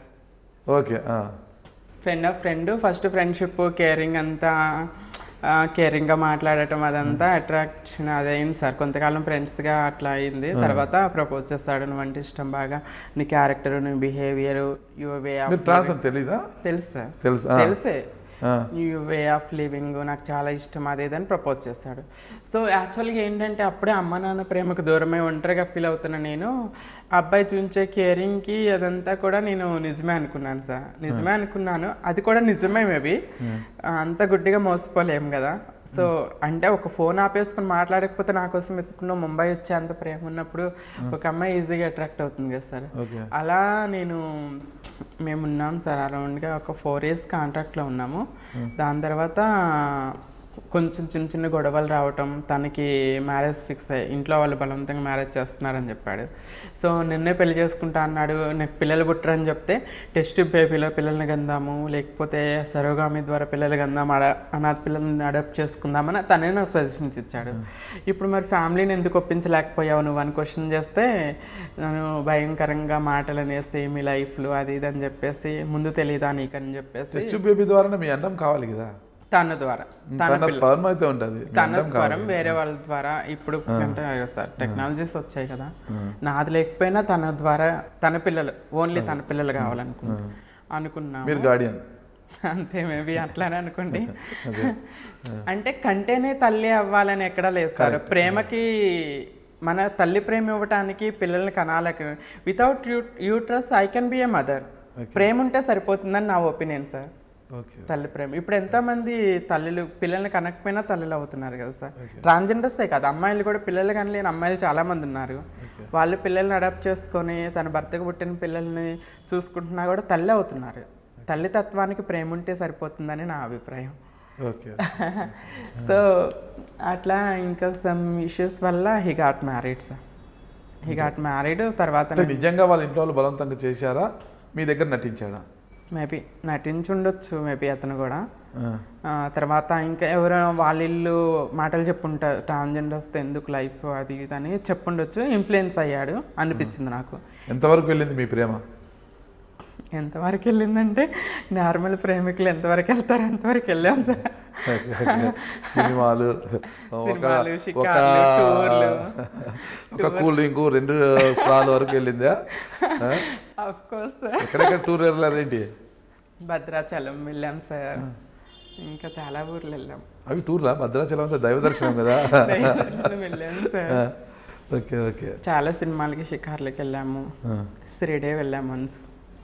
అట్లా అయిపోయింది. తర్వాత మ్యారేజ్ అయిపోయింది. తర్వాత మ్యారేజ్ అయిపోయిన 1 yearకేమో నాకు అంటే నేను బ్లాక్ చేసిన నెంబర్ చేంజ్ అయినప్పుడు కాంటాక్ట్లో లేకుండా పోయాను. సో మెసెంజర్లో నాకు ఏం మెసేజ్ చేస్తాడంటే, నా చుట్టూ ఎందరున్నా నేను 0 లాగా ఉన్నాను, నువ్వు లేకపోతే నేను అన్కంప్లీట్, నువ్వు ఉంటే నేను పర్ఫెక్ట్, ఏదేంటో నేను అందరూ ఉన్నాను అతను ఏదో మెసేజ్ చేశాడు సార్. సో చాలా ఇరిటేషన్ వచ్చింది. God bless you and your family. అతనికి అప్పుడు బాబు పుట్టాడు. పెళ్ళైన 1.5 yearకి ఏమో బాబు పుట్టాడు. నువ్వు నీ భార్య నీ పిల్లలు హ్యాపీగా ఉండండి, డోంట్ డిస్టర్బ్ మీ అని చెప్పి మెసేజ్ చేసి బ్లాక్ చేస్తాను. అంతే, ఇంకా లేదు సార్ కాంటాక్ట్. ఇంకా లేదు. ఆ తర్వాత నుండి ఎందుకు పాపం వాళ్ళ ఇంట్లో వాళ్ళు బలవంతంగా చేసి ఉండొచ్చు, అర్థం చేసుకోవచ్చు కదా మీరు.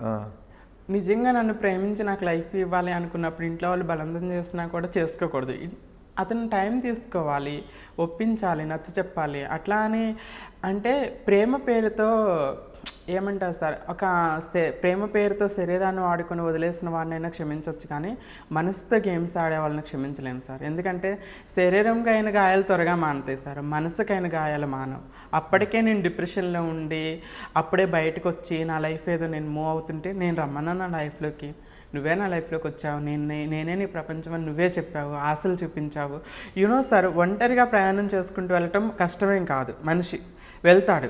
ఒంటరిగా ప్రయాణం చేస్తున్న ఒక మనిషి లైఫ్లోకి వచ్చి చేయి పట్టుకొని కొంత దూరం ప్రయాణం చేసి వదిలేసి వెళ్ళిపోతాడు చూసావా, అక్కడి నుండి ఒంటరి ప్రయాణం కష్టం అనిపిస్తుంది. ఎందుకంటే కొంతకాలం కబుర్లు చెప్తూ హ్యాపీగా గడిచిన ఆ ప్రయాణం అక్కడి నుండి ఒంటరిగా నడవటం అంటే చాలా డిఫికల్ట్. నేను ఫేస్ చేస్తాను ఆ డిఫికల్టీ ఏంటో, ఎందుకంటే అది చాలా కష్టం అవుతుంది. ఆ తర్వాత ఎవరు మీ మనసులో లేదు సార్, ఇప్పుడు లేదు సార్, ఇంకా అసలు స్థానం లేదు. ప్రేమ అంటేనే ఎవరన్నా ప్రపోజ్ చేసిన భయం వేస్తుంది, ప్రేమ అంటేనే భయం వేస్తుంది సార్ నాకు. ప్రేమ అంటేనే భయం అనే ఆ సిచ్యువేషన్కి వచ్చాను నేను. అంటే నాట్ ఎవ్రీవన్, అందరూ అలా ఉండరు. కొంతమంది మంచి వాళ్ళు కూడా ఉన్నారు సార్ సొసైటీలో, అందరూ మోసకాలే అని చెప్పలేము. చాలామంది ట్రాన్స్జెండర్స్ని పెళ్లి చేసుకొని హ్యాపీగా లైఫ్ లీడ్ చేస్తున్న అబ్బాయిలు కూడా చాలామంది ఉన్నారు. మరి ఫైనల్గా మీరు ఏ కంపెనీలో సెట్ అయ్యారు బాంబేలో? సో అలా జాబ్స్ ట్రై చేస్తున్న సిచ్యువేషన్లో నేను ఎక్కడ అంత భయంకరమైన ప్రాబ్లం ఫేస్ చేయలే, కానీ ఒక చోట మాత్రం ఫేస్ చేశాను సార్. నేను ట్రాన్స్ అని తెలియగానే ఏమన్నారంటే, మా కంపెనీలో జాబ్ లేదు కానమ్మా, నీ నెంబర్ ఇచ్చేళ్ళు నైట్కి వస్తా అన్నాడు. అసలు అక్కడ చెప్పు తీసుకుని కొట్టాలనిపించింది. ఎందుకు ఈ సొసైటీ ఎంత థింక్ చేస్తుంది, ట్రాన్స్జెండర్ అని తెలియగానే అదే నేను అమ్మాయి అనుకున్నంతసేపు కాముగా ఉన్నాడు, డిగ్నిటీగా మాట్లాడాడు. నేను ట్రాన్స్జెండర్ అని తెలియగానే ఆ మాట అన్నాడు. ఎందుకు ఇట్లా థింక్ చేస్తున్నాడు ఇతను, చెప్పు తీసుకుని కొట్టాలనిపించింది. బట్ నాకు అంత ధైర్యం లేదు సార్, ఏడ్చుకుంటూ వెళ్ళిపోయాను. కానీ కొంతకాలం ఆ ఎన్జిఓలని కనిచేస్తాను భయం వేసి. దాని తర్వాత JLL జోన్స్ లాంగ్ లాస్టల్ అనే MNC కంపెనీ, అందులో హైర్ చేస్తున్నారని నాకు వేరే వాళ్ళ ద్వారా వెళ్తే, సో నిజంగా హ్యాట్సాప్ చెప్పుకోవాలి JLL కంపెనీకి. ఎటువంటి డిస్క్రిమినేషన్ లేకుండా నేను ఇంటర్వ్యూలో ముందే చెప్పేశాను, ఆమె ట్రాన్స్జెండర్ అండి, ఇట్లా నేను జాబ్ చేసుకోవాలనుకుంటున్నానని చెప్తే, we don't have any problem అమ్మా, మాకేం ప్రాబ్లం లేదు. ఇన్ కేస్ నీకు ప్రాబ్లం అవుతుంది, ఒకవేళ కంపెనీలో ఎంప్లాయీస్ ఎవరైనా నిన్ను ఎగతాళి చేస్తారు, నువ్వేమైనా ఫీల్ అవుతావు అని అనుకుంటే నువ్వు ఫీమేల్గా అయినా కంపెనీని రన్ అవ్వచ్చు అని చెప్పేసి మా కంపెనీ CEO రమేష్ నాయర్ గారు అండ్ మా సర్జరీ అయిపోయింది సార్, అప్పటికే అయిపోయింది. 2017 ఇది ఐ థింక్. సో చెప్పారు. అలా కొంతకాలం ఫీమేల్గానే జాబ్ చేస్తాను. వాళ్ళకి తెలుసు, నాకు ఇంటర్వ్యూ చేసిన వాళ్ళకి తెలుసు, మా మేనేజర్కి తెలుసు, మా CEOకి తెలుసు నేను ట్రాన్స్ అని. సో నీకేమీ ఇబ్బంది లేకుండా ఉండాలంటే నువ్వు ఫీమేల్గా రన్ అవ్వమ్మా, దట్స్ అప్ టాన్ యూ, నీ ఇష్టం అది, నువ్వు ఎలా కావాలంటే అలా ఉండొచ్చు అని చెప్పారు వాళ్ళు. సో నేను అట్లా ఒక 6 months the supported me sir. ఎందుకంటే అప్పటి వరకు NGOస్లో జాబ్ చేశాను. నా స్టడీ మొత్తం Telugu medium, government school, government కాలేజెస్లో జరిగింది. నా ఇంగ్లీష్ అంత ఫ్లూయెంట్గా ఉండదు. బట్ కంప్యూటర్ నాలెడ్జ్ లేదు నాకు, కంప్యూటర్ కోర్సు విడిగా నేర్చుకున్నా. సో మా మేనేజర్ కానీ ఆ CEOలు కానీ వాళ్ళు నాకు ట్రైనింగ్ ఇచ్చి, సో ఇట్లా ఎంకరేజ్ చేయటం, ఇక్కడ డౌట్స్ వచ్చినా ఏమొచ్చినా నాకు సపోర్ట్ చేసి బాగా ఎంకరేజ్ చేస్తారు సార్. ఒక 6 months తర్వాత అప్పుడు డైవర్సిటీ వీక్ అనేసి అప్పుడే వచ్చింది, డైవర్సిటీ అండ్ ఇన్క్లూజన్ అనేసి 377 యాక్ట్ వచ్చింది. ట్రాన్స్జెండర్స్కి కార్పొరేట్ సెక్టార్స్లో జాబ్స్ ఆపర్చునిటీస్ ఇవ్వాలి, సో అని కంపెనీస్ కూడా హైర్ చేసుకోవాలని చెప్పేసి ఒక యాక్ట్ వచ్చింది, 377 యాక్ట్ వచ్చింది. సో మా కంపెనీ వాళ్ళు, మా మేనేజర్ నా దగ్గరకు వచ్చి, హర్షిని, సో మేము ఇట్లా డైవర్సిటీ యాక్ట్ వచ్చింది కదా, మేము ఆల్రెడీ హైర్ చేసుకున్నాంగా, నీకేం ప్రాబ్లం లేకపోతే మా ఎంప్లాయీస్కి అందరికీ మనం యువర్ ట్రాన్స్జెండర్ అని మేము ఇంట్రడ్యూస్ చేస్తాము, మేము పోస్ట్ కూడా పెట్టుకుంటాం మా కంపెనీలో అని చెప్పి అన్నారు. So what ever I love my self ma'am, మీరు చెప్పండి నాకేం ప్రాబ్లం లేదన్న. సో మా మేడంకి నేను థ్యాంక్స్ చెప్పుకోవాలి, రంజు మేడం ఆమె. సో ఆమె నన్ను హక్ చేసి, we're proud of you Harshini అని, she supported me lot so అని ట్రై చేస్తుంది. ఆ డైవర్సిటీ వీక్ పెట్టినప్పుడు నాకు నా ఇంట్రడక్షన్ ఇచ్చారు, నన్ను చెప్పారు. సో హిందీలోనే మాట్లాడమన్నారు, ఇంగ్లీష్ హిందీ కలిపి మాట్లాడాను నేను, నా లైఫ్ జర్నీ ఇదంతా చెప్తే అందరు చాలా అప్రిషియేట్ చేశారు. నెక్స్ట్ డే నుండి కొంచెం భయం ఉండే, నేను ట్రాన్స్ అని తెలిసింది ఎంప్లాయీస్ నుండి ఎక్కడ నాట్ ఎవ్రీవన్, ఎవరో ఒకళ్ళేమో నెగతాలు చేస్తారేమో, కొంచెం నన్ను దూరం చేస్తారేమో, దూరం పెడతారేమో అని కొంచెం భయం ఉండే. బట్ అలా ఏమీ ఫేస్ చేయలేదు సార్. అందరూ నాకు బాగా సపోర్ట్ చేశారు. అందరు నెక్స్ట్ డే నుండి మేము నిన్ను చూసి గౌరవపడుతున్నాం అసలు, ప్రతి ట్రాన్స్జెండర్స్ ఇలానే గౌరవంగా బ్రతకాలి సొసైటీలో, so we are proud of you అని చెప్పేసి అందరు నాకు అప్రిషియేషన్ చేయటం, తర్వాత సపోర్ట్ చేయటం అంతా బాగా చేశారు సార్. దాని తర్వాత అంతా నన్ను ట్రాన్స్ లాగా ఎక్కడ బిహేవ్ చేయాలి, అందరు కంప్లీట్ అమ్మాయిలాగా. ఏమైనా కంపెనీస్లో ఈవెంట్స్ జరుగుతాయి కదా సార్, యాన్యువల్ డే ఫంక్షన్, ఆ ఫంక్షన్స్ అప్పుడు అమ్మాయిలందరూ వాళ్ళందరికీ శారీస్ నేనే కట్టేదాన్ని. శారీస్ అంటే అది వెస్ట్రన్ కల్చర్ కదా సార్, ఎక్కువగా శారీస్ కట్టుకోవటం రాదు అమ్మాయిలకి. ఎంప్లాయర్కి అర్షిని నాకు శారీ కట్టువా, అర్షిని నాకు శారీ కట్టువా. మన సౌత్లో శారీస్ బాగా కట్టుకుంటాం కదా, నువ్వు శారీస్ బాగా కట్టుకుంటావు, నువ్వు బాగా కడతావు అర్షిని నాకు కట్టువా అని శారీస్ నాతోనే కట్టించుకునే వాళ్ళు మా కంపెనీలో ఎంప్లాయీస్. చాలా బాగుంది సార్. అప్పుడు అట్లా నడుస్తున్న ఆ టైంలోనే ఇంకా నాకు మోడలింగ్ ఇంట్రెస్ట్ అనిపించింది. అప్పుడు 2018 మిస్ ట్రాన్స్ క్వీన్ ఇండియా ఆడిషన్స్ జరుగుతున్నాయని విన్నాను సార్. నేను సెలెక్ట్ అవుతాను అనుకోలేదు, అంటే జాబ్ చేస్తున్నాను కదా, మోడలింగ్ అంటే చాలా హార్డ్ వర్క్ చేస్తున్న వాళ్ళు చాలా మంది వస్తారు అనుకున్నా. సో అరౌండ్గా 30 మెంబర్స్ ఏమొచ్చారు మన తెలుగు వాళ్ళు ఆడిషన్కి, ఆంధ్ర తెలంగాణ నుండి. సో 30 మెంబర్స్ వస్తే అందులో నన్ను సెలెక్ట్ చేశారు సార్. ఐ డెంట్ ఎక్స్పెక్ట్ నేను నన్ను సెలెక్ట్ చేస్తే. అప్పుడు బాగా సన్నగా ఉండేదాన్ని సార్, బాగుండేదాన్ని. ఇప్పుడు లావ్ అయ్యాను సార్. హైదరాబాద్ వచ్చిన తర్వాత మన బిర్యానీ, రైస్, అంటే ముంబైలో ఉన్నంతకాలం నేను చపాతీ తినేదాన్ని సార్. అక్కడ చపాతీ కదా బాగా చేస్తారు, చపాతీ ఫేమస్. చపాతీ తినేదాన్ని, బాగా స్లిమ్గా ఉండేదాన్ని మోడల్లా. సో నన్ను సెలెక్ట్ చేశారనమాట. సో జాబ్ చేస్తున్నాను కదా, మోడలింగ్ అంటే దానికి కోచింగ్ తీసుకోవాలి, ర్యాంప్ వాక్స్ చేయాలి, సో ఫిగర్ మెయింటైన్ చేయడానికి స్కిన్ కేర్, హెయిర్ కేర్ అన్నీ తీసుకోవాలి. సో నేను జాబ్ చేస్తూనే ఏం చేస్తుందాన్ని, ఓన్గా యూట్యూబ్లో చూసి హీల్స్ వేసుకొని ఇంట్లోనే వాకింగ్ చేస్తుందాన్ని, ప్రాక్టీస్ చేస్తుందాన్ని. చాలా సార్లు పడ్డాను కూడా అనుకో, ఇంత పెద్ద హీల్స్, పెన్సిల్ హీల్స్ వేసుకొని పాయింటెడ్ హీల్స్ వేసుకొని సో చేసేదాన్ని. అట్లానే ఓన్గా ప్రాక్టీస్ చేసుకున్నాను జాబ్ చేస్తూనే. ఫైనల్లీ నేను వెళ్ళాను సార్. ఐ డెంట్ ఎక్స్పెక్ట్ నేను ఫైనల్ రౌండ్కి వస్తానని లేదు. అంటే దేర్ ఆర్ 3 రౌండ్స్ ఉంటాయి సార్. ఫస్ట్ రౌండ్లో కొంతమంది ఎలిమినేట్ చేస్తారు, సెకండ్ రౌండ్లో కొంతమంది చేస్తారు, థర్డ్ రౌండ్లో కొంతమంది. ఫైనల్లీ టాప్ 10 లిస్ట్ ఉంటుంది. టాప్ 10లో ఉన్న వాళ్ళందరూ ఏదో ఇంకా వాళ్ళకి ఆపర్చునిటీస్ బాగా వస్తాయి, టాప్ 10లో ఉన్న వాళ్ళందరికీ మ్యాక్సిమం. సో ఫస్ట్ లిస్ట్లోని సెలెక్ట్ అయ్యాను. మామూలు జనరల్ నేషనల్ కాస్ట్యూమ్ ఉంటుంది, మన సౌత్ కాస్ట్యూమ్, అందులో వచ్చేసాను బయటికి. దాని తర్వాత వేరే కాస్ట్యూమ్స్లో వచ్చేసాను బయటికి. ఫైనల్ రౌండ్కి వచ్చాను. టాప్ 6లో నిలిచాను సార్. ప్లస్ జ్యూరీ అవార్డు కూడా వచ్చింది. మిస్ బ్యూటిఫుల్ స్మైల్ 2018 అవార్డు ఇచ్చారు.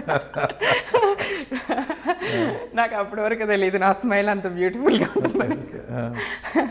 సో అవార్డు తర్వాత ఇంకా మోడలింగ్ కొంత కంటిన్యూ చేస్తాను. అక్కడ కొన్ని ర్యాంప్ వాక్ షోస్ చేస్తాను, మిస్ దివాలో చేస్తాను, మిస్ ముంబైలో చేస్తాను. దాని తర్వాత ఫోటోషూట్స్ కూడా కొన్ని చేస్తాను. అలా మోడలింగ్ కెరీర్ స్టార్ట్ అయింది కొంతకాలం. దాని తర్వాత ముంబైలో మ్యాక్స్ మహారాష్ట్ర ఛానల్, కొన్ని మ్యాగజైన్స్లో కూడా నా స్టోరీస్ వచ్చాయి సార్. అక్కడ కవర్ చేశారు. బట్ మన విలేజ్ పీపుల్కి, మా ఊరి పీపుల్కి తెలియదు కదా నేను ఇట్లా చేస్తున్నానని. సో విలేజ్లో కొంతమంది ఏం చేస్తారంటే మా సిస్టర్ దగ్గరికి వెళ్ళి, ఇలా మీ బ్రదర్ ఇట్లా ట్రాన్స్జెండర్స్గా మారాడు కదా, ట్రైన్స్లో బెగ్గింగ్ చేస్తాడా, షాప్స్లో బెగ్గింగ్ చేస్తాడా అని చెప్పేసి అడిగారంట సార్. మా అక్క నాకు ఫోన్ చేసి బాగా ఏడ్చింది, ఇట్లా అడుగుతున్నారు అని చెప్పి. సో అప్పటికే అమ్మ నాన్న ఇద్దరు చనిపోయారు. సో వాళ్ళు కూడా రిక్వెస్ట్ చేస్తున్నారు, నువ్వు అంత దూరంలో ఉంటే మేము రావడానికి లేదు, నువ్వు రావడానికి లేదు, ఎప్పుడు ఇయర్లీ వన్స్ వస్తావు, నువ్వు ఊరు వచ్చేస్తే హైదరాబాద్ షిఫ్ట్ అవ్వు అది ఇది అని చెప్పేసి వాళ్ళు ఫోర్స్ చేస్తారు సార్. దాని తర్వాత ఇంక నేను డిసైడ్ అయ్యాను, నేను రావాలి. ఎందుకు ట్రాన్స్ అవ్వగానే గౌరవంగా బ్రతికే హక్కు లేదా? భారత రాజ్యాంగాన్ని రచించిన అంబేద్కర్ కాదు, ప్రతి పౌరునికి కూడా ప్రాథమిక హక్కులు తీసుకోవచ్చు. గౌరవంగా బ్రతికే హక్కు మాకు కూడా ఉంది. మేము ఎందుకు బెగ్గింగ్ సెక్స్ వర్క్ చేసుకోవాలి? ట్రాన్స్జెండర్ సొసైటీ థింకింగ్ ఎందుకు ఇలా ఉంది? నేను రావాలి, I have to prove my self in. Correct, గౌరవంగా బతికే హక్కు ఈ రాజ్యాంగం అందరికీ కల్పించింది, సమానత్వం అనేది ఉంది. కానీ ఈ సమాజం మిమ్మల్ని గుర్తించడం లేదు కదా, థర్డ్ జెండర్ని గుర్తించట్లేదు. అందుకే నేనేం డిసైడ్ అయ్యానంటే, మా ఊరు జనాలకి ఐఎమ్ నాట్ డూయింగ్ దట్, అది కాదు, ఐఎమ్ సంథింగ్ డిఫరెంట్, నేను గౌరవంగా బ్రతుకుతున్నాను, నేను ఆదర్శంగా ఉన్నానని అట్లీస్ట్ ఫస్ట్ ఆఫ్ ఆల్ మా ఊరు జనాలకి నేను ప్రూవ్ చేయాలనుకున్నాను సార్. ఎందుకంటే మా అక్కన కొంతమంది అడిగారు, మనం ఎక్కడ పుట్టామో అక్కడే గౌరవం లేకుండా ఇంకెక్కడో వెళ్ళి నేను గౌరవం తెచ్చుకుని నాకేం ప్రయోజనం అని చెప్పేసి నేను షిఫ్ట్ అవ్వాలని నిర్ణయించుకున్నాను సార్. పూలమ్మిన చోట కట్టెలు అమ్మకూడదు, పూలమ్మిన చోట పూలే అమ్మాలి. అవును కదా సార్, అందుకోసం నేను డిసైడ్ అయ్యాను ఇంకా వచ్చేద్దాము, మన తెలుగు రాష్ట్రానికి వచ్చేద్దాము. అక్కడ ఎందుకని డిసైడ్ అయ్యి నేను రిజైన్ చేశాను సార్ జాబ్కి. రిజైన్ చేస్తే ఎందుకు ఎంత శాలరీ ఉండింది అప్పుడు మీకు? అప్పుడు నాకు 30 సార్, 30,000 ఉన్నాయి. సో రిజైన్ చేస్తే ఏం నేచర్ ఆఫ్ వర్క్ ఏంటి మీరు కంపెనీలో? హెచ్ఆర్ రిక్రూటింగ్, ఎంఎన్సీ కంపెనీలో హెచ్ఆర్గా చేస్తాను.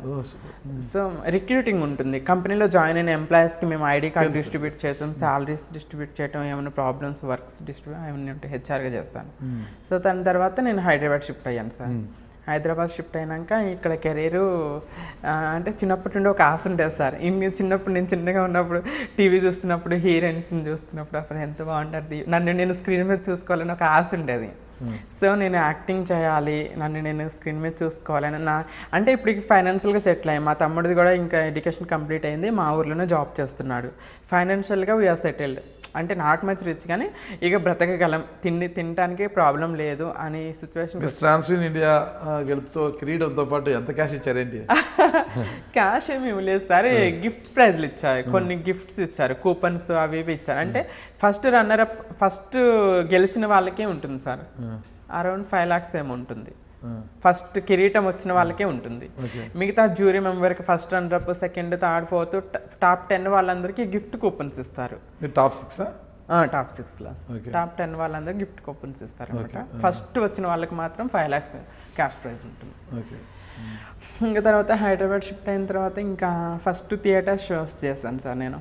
థియేటర్ షోస్ అంటే నాటకాలు సార్, నాటకాలు అంటారు కదా. సో డైరెక్టర్ అమన్ అహ్మద్ గారు నాకు ఆపర్చునిటీ ఇచ్చారు. ఏ నాటకం? ఫస్ట్ బద్లావ్ అని హిందీ నాటకం చేశాను సార్. సో ఏం క్యారెక్టర్? బింద్య. నా క్యారెక్టర్ పేరు బింద్య. ఇంకా బాగా గుర్తు. హీరోయినా? లేదు సార్, హీరోయిన్గా కాదు, హీరోయిన్ పక్కన ఫ్రెండ్గా ఒక 4 అమ్మాయిలు ఉంటారు, 4 అమ్మాయిలు నేను ఒకదాని అనమాట. లామా ఖాన్లో, ఫినెక్స్లో చాలా షూట్లు జరిగింది సార్. దాని తర్వాత ఇంకా నాకు కొన్ని ఇంకా కాంటాక్ట్స్ అట్లా వచ్చేస్తే నాకు వెబ్ సిరీస్ చేస్తాను. ఇష్ అనే ఒక వెబ్ సిరీస్లో చేస్తాను. దాని తర్వాత 2 సీరియల్స్లో చేస్తాను సార్. జెమినీలో అంతులేని కథ సీరియల్లో హీరోయిన్ ఫ్రెండ్గా చేస్తాను జెమినీలో. సో దాని తర్వాత జీ తెలుగులోని అగ్ని పరీక్ష సీరియల్లో చేస్తాను. ఈ 2 సీరియల్స్ చేస్తాను. తర్వాత ఒక 3 మూవీస్లో చేస్తాను సార్. ఇంకా రిలీజ్ అవ్వాలి, నెక్స్ట్ మంత్ రిలీజ్ ఉన్నాయి. కృష్ణలంక మూవీలో సిఐడి ఆఫీసర్గా చేశాను సార్, పోలీస్ ఆఫీసర్గా చేశాను. హీరో ఆదర్శ్ గారు, ఇంకొక కన్నడ హీరో ఒక అతను ఉన్నాడు. సీరియల్ హీరో ఆదర్శ్ ఉన్నారు సార్, తను పెట్టారు. ఒక కన్నడ హీరో ఒక అతను ఉన్నాడు, కృష్ణ అని. 2 హీరోస్ ఉన్నారు సార్. ఇంకో సినిమా అది అందరూ కొత్త ఆర్టిస్టులతో చేశారు. అది ఓటీటీకి రిలీజ్ అయిద్దో యూట్యూబ్ రిలీజ్ అయిద్దో తెలియదు సార్. అది సస్పెన్స్ థ్రిల్లర్ మూవీ, వర్షం కురిసిన రాత్రి అని. దాంట్లో సెకండ్ లీడ్ హీరోయిన్గా చేస్తాను సార్. సెకండ్ లీడ్ హీరోయిన్గా చేస్తాను. చాలా చిన్న మూవీ, లో బడ్జెట్ మూవీ అంటారు, ఎప్పుడు రిలీజ్ అయిద్దో. ఇంకొక మూవీ సునీల్ గారి మూవీలో డిటిఎస్ అనుకుంటా, దాంట్లో కూడా గెస్ట్ చిన్న క్యారెక్టర్ చేస్తాను సార్, ఫ్రెండ్.